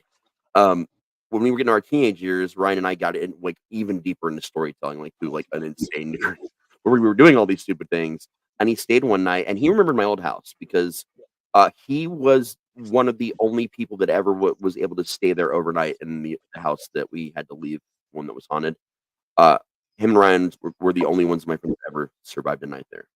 And that house terrified Chris just as much as it terrified me and Ryan, but he loved us. We were family, and he did not want to not come over and spend the night. So we told him like a couple years after we moved that everything had followed us overnight, and he has to wake up because it's outside. And we had a buddy of ours, just a friend of ours outside, two friends outside. One had jumping jacks of fireworks, like red ones, and a red smoke bomb. And our other friend was dressed in a Grim Reaper robe, and it was right outside the window of the room he was sleeping in the house. And we had our friend with the the robe kind of leaned toward the window and tried to space towards it. And then we had our other friend light the smoke bomb and the jumping jacks and throw him on the ground right at his feet. Dude, Chris jumped up, started screaming, ran out of the house, ran 2 or 3 blocks away, and then right back here because he realized he had no way to call home. And on his walk back, he realized it was our friend Nick in the robe, and it took him that long to realize he recognized the face of the person. And we did that to him, like a couple different things to him over the course of like a summer, and then he refused to stay the night for like 2 years after that. He would come for parties, but he'd leave. Like he wouldn't stay the night anywhere we were for like 2 whole years after that. He got us back in other ways, though, to be fair. Well, and shit with you these days, you don't want to spend the night anywhere you're at if you're out in the woods or something, or you might not end up making it till morning. Or it could also be the safest place you could ever stay, depending on how you look at it, because I've survived every time. To be fair. You have. But if they're one of those, I'm going to go wander off in the woods, they might not make it back. Yeah, you're fucked. If you're going to go out and stay with me somewhere in the woods or cabin, listen to me. I'll bullshit you some and tell you some dumb stories, but I'll tell you that they're stories. But when I'm serious, you'll know I'm serious. And I'll tell you So not put to them on like like a leash, one of the ones that lets it go through a certain extent, and then you can tighten it if you need to. I feel like I've had to babysit people. I mean, I've never actually attached a leash. There's people that I've had to like stay that I've actually had to babysit. That would be cool to go out and do this or that. I'm like, dude, you're gonna get yourself killed, or we're just never gonna know what happened to you. And they're like, oh yeah, you're full of shit. I'm like, okay, cool. Let's sit here and smoke, and then about 2 a.m, go on a hike with me, and I would show them all the things that I was talking about, in a safe way. Well, it's never safe, a safer way than what they were considering doing to experience these things. I may be like, oh, so you weren't just bullshitting me about everything. I was like, no, I was honest with you about what I was lying to you about. But when I said I'm actually serious about this, let me show you some proof. Then you should probably listen to me, dude, because I'm gonna keep your ass alive out here. But you've also noticed with me, if I go camping with you, I will listen. But also, after I've picked through your stories and I've read them, how much of it have I figured out was real and not real, and been like, seriously, dude, hey, my dad did that, or he knows about that. Yep. You also have a unique life experience to actually know and see a lot of the things that are true. Like, you can tell because you had similar experiences, and you know people that do the stuff that I still do. You know what I mean? So it's definitely different where you can see it. I think Dell is generally pretty good when I'm bullshitting. She's gotten really good at it from just knowing me. I consider it more embellishing a lot of the time. Yeah. some of it's embellished. bullshit, but a lot of it is more embellishment than it is just straight BS. That's true. There Yeah, there is some I have there's layers of some like origin where right. you came Yeah. up with it. Now some of the really weird fucked up shit is straight true, but there are sections that I'll embellish or things I'll make up to add in. It just depends on the story and what I want you to vibe from the story. Like my favorite my favorite stupid ass one that I've told you guys that was never remotely true, and I've never come out and said this one. Uh, this one I don't think I've ever told on the show before. I only told it in Discord. It's underneath my house where we were finding the bodies of the missing kids in trash bags. That was Okay. bullshit. We hated that. The only time I ever went under that goddamn house ever was what I said in the story. As a punishment, we'd have to go down there and clean up the basement, and there were spiders in there, but nothing. I mean, Yeah. just dealt with. But like that whole thing was 100% fabricated. Like there were kids that went missing in that neighborhood growing up, and if they weren't really missing. They were probably out in the woods hanging out, and you just had to go find them. Like I've definitely made up a lot of shit. Most of the shit that I say that's Yeah. happened in the house, a lot of that's true, or at least heavily based on true. Minus the dead pet story that I've recently retold for Mother's Day. My mom really did do that to pets. That's a real thing, but we were never visited by all the dead pets from our pet cemetery. Although that pet cemetery is still at that yard, and there's a bigger one where she lives now. So yeah, the dead pets are really buried there. They just never came back to visit us. And I thought about that as I was listening to one of Blaine Daigle's books that we just had him we've just had him on recently. Uh it takes place in the Yukon, and there's a couple of scenes where they look out the cabin door and the woods in the middle of winter in a blizzard in the Yukon. The woods are scattered with animals of all types. Like, even though it's hibernation season, there are giant fucking bears, there are wolverines, there are deer all standing together, just staring at the cabin and just freaking them the fuck out. And it's like, that sounds like Raz, something that would happen to Raz. He's in the room. Yes, it does. she's babysitting more exotic pets this time around and killing them all, and now they're pissed. Thank God I didn't know anything dangerous. Well, the iguanas on a walk were probably the closest thing to something dangerous that you might have owned, Their from tails, what I can think of. some iguanas will be irritated and they can whip the shit out of you with their tails, man. But they were pretty young iguanas. Only one of them, Thorn, he would fuck you up with his tail. He was big enough and his tail was strong enough that he'd leave bruises when he'd hit you. Like he would leave bruising. But they weren't really dangerous. Oh yeah, that's what I was saying. That's probably the most. Although I don't Yeah. know if you had. We didn't have a lot of Okay. dangerous stuff. I had snakes. I had constrictors that could have killed someone easier. Yeah, I guess. Yeah, I had constrictors that could have, but they were like Colombian red-tailed boas. They were ball pythons, baby Burmeses, like stuff that, yeah, certainly they could have fucking killed you, but they were breeds that were very chill. So that's very unlikely. The worst thing that happened with those is the Colombian red-tailed boa that we had. He would shed weirdly. Like he had this disease that a lot of reptiles can get, where they only shed part of their skin at a time, and it's hard to tell if they're shedding their lower half because the top half you can see it, the milkiness over their eyes. They're about to shed, Mhm. but you have to pay attention to a lot of other signs to see the other part shed. And I kept telling my sister's like, "Stop fucking with it. It's shedding.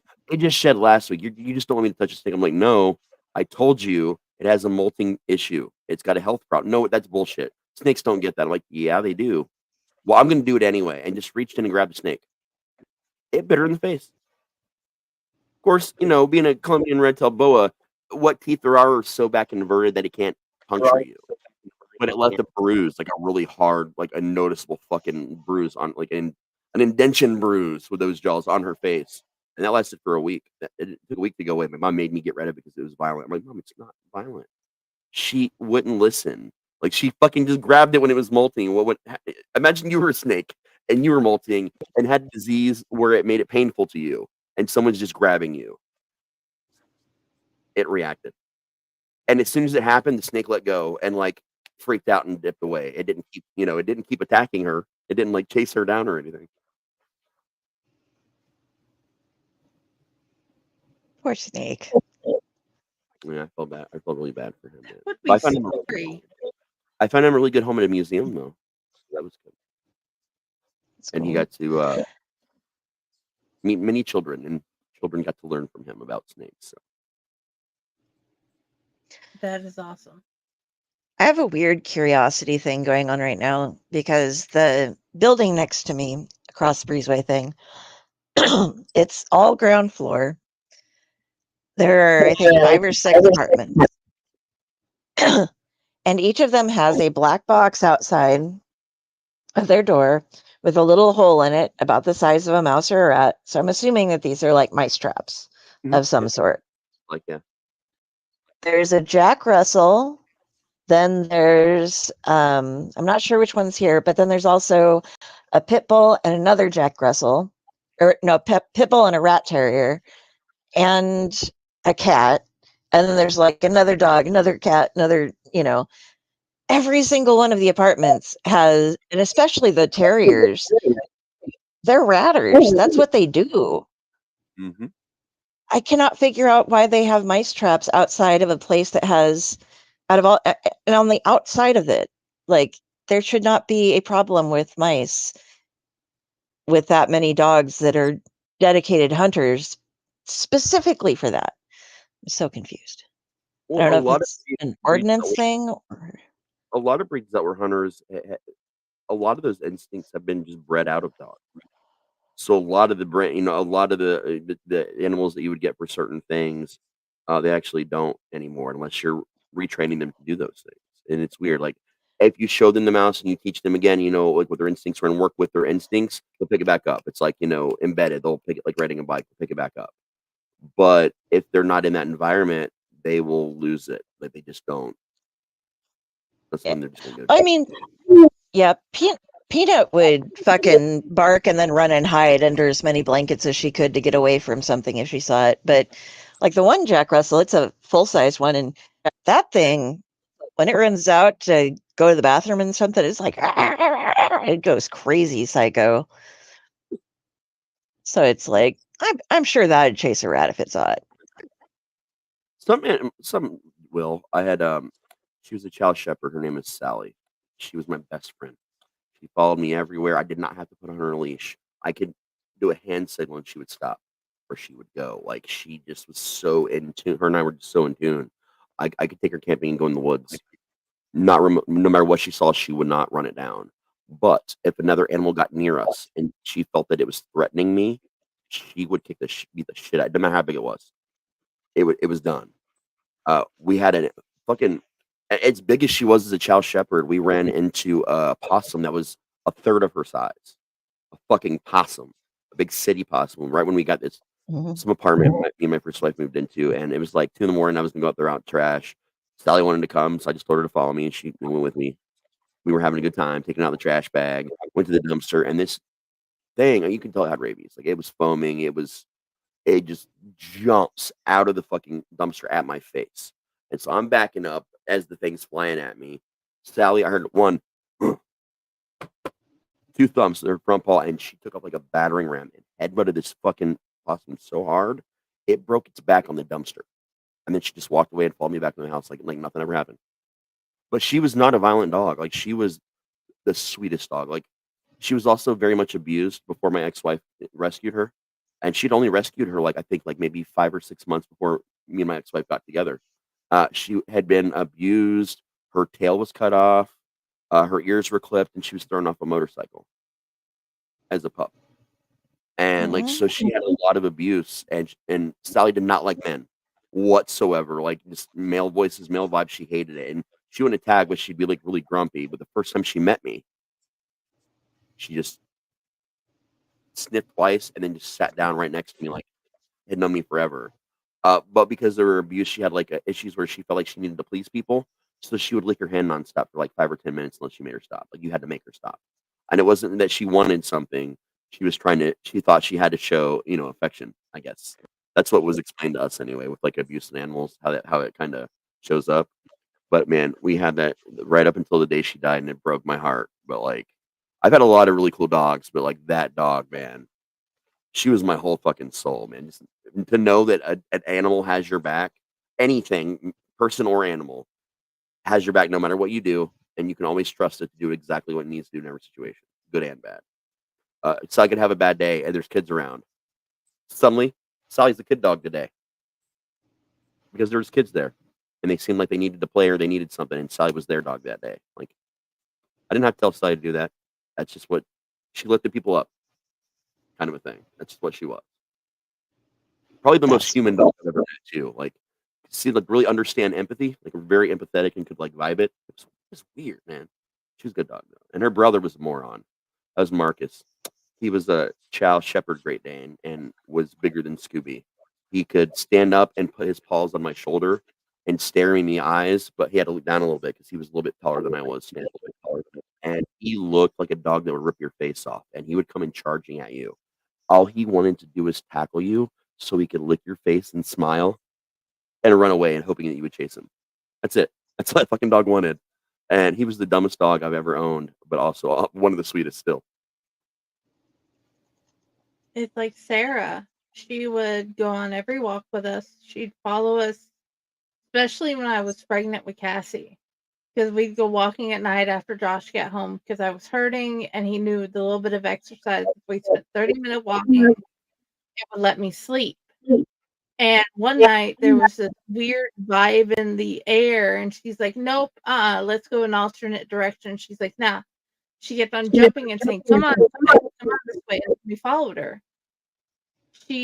All she wanted was to be with us, be loved on, walk with us, and just be our best girl ever. I do miss her. I miss her. So many I haven't actually owned a dog in like 7 or 8 years. Probably it's just been cats for so long, and I love cats. Don't get me wrong, I love all animals. But, like, I do miss having a dog sometimes. Just go camping with. Like, I can't really go camping with any of my cats. I like having peanut time. It refreshes me. Yeah, I love my cat time, but dog time just hits different. Like, time with specific animals actually hits all very differently. Yeah. And sometimes personalities of different animals hit different. Yep.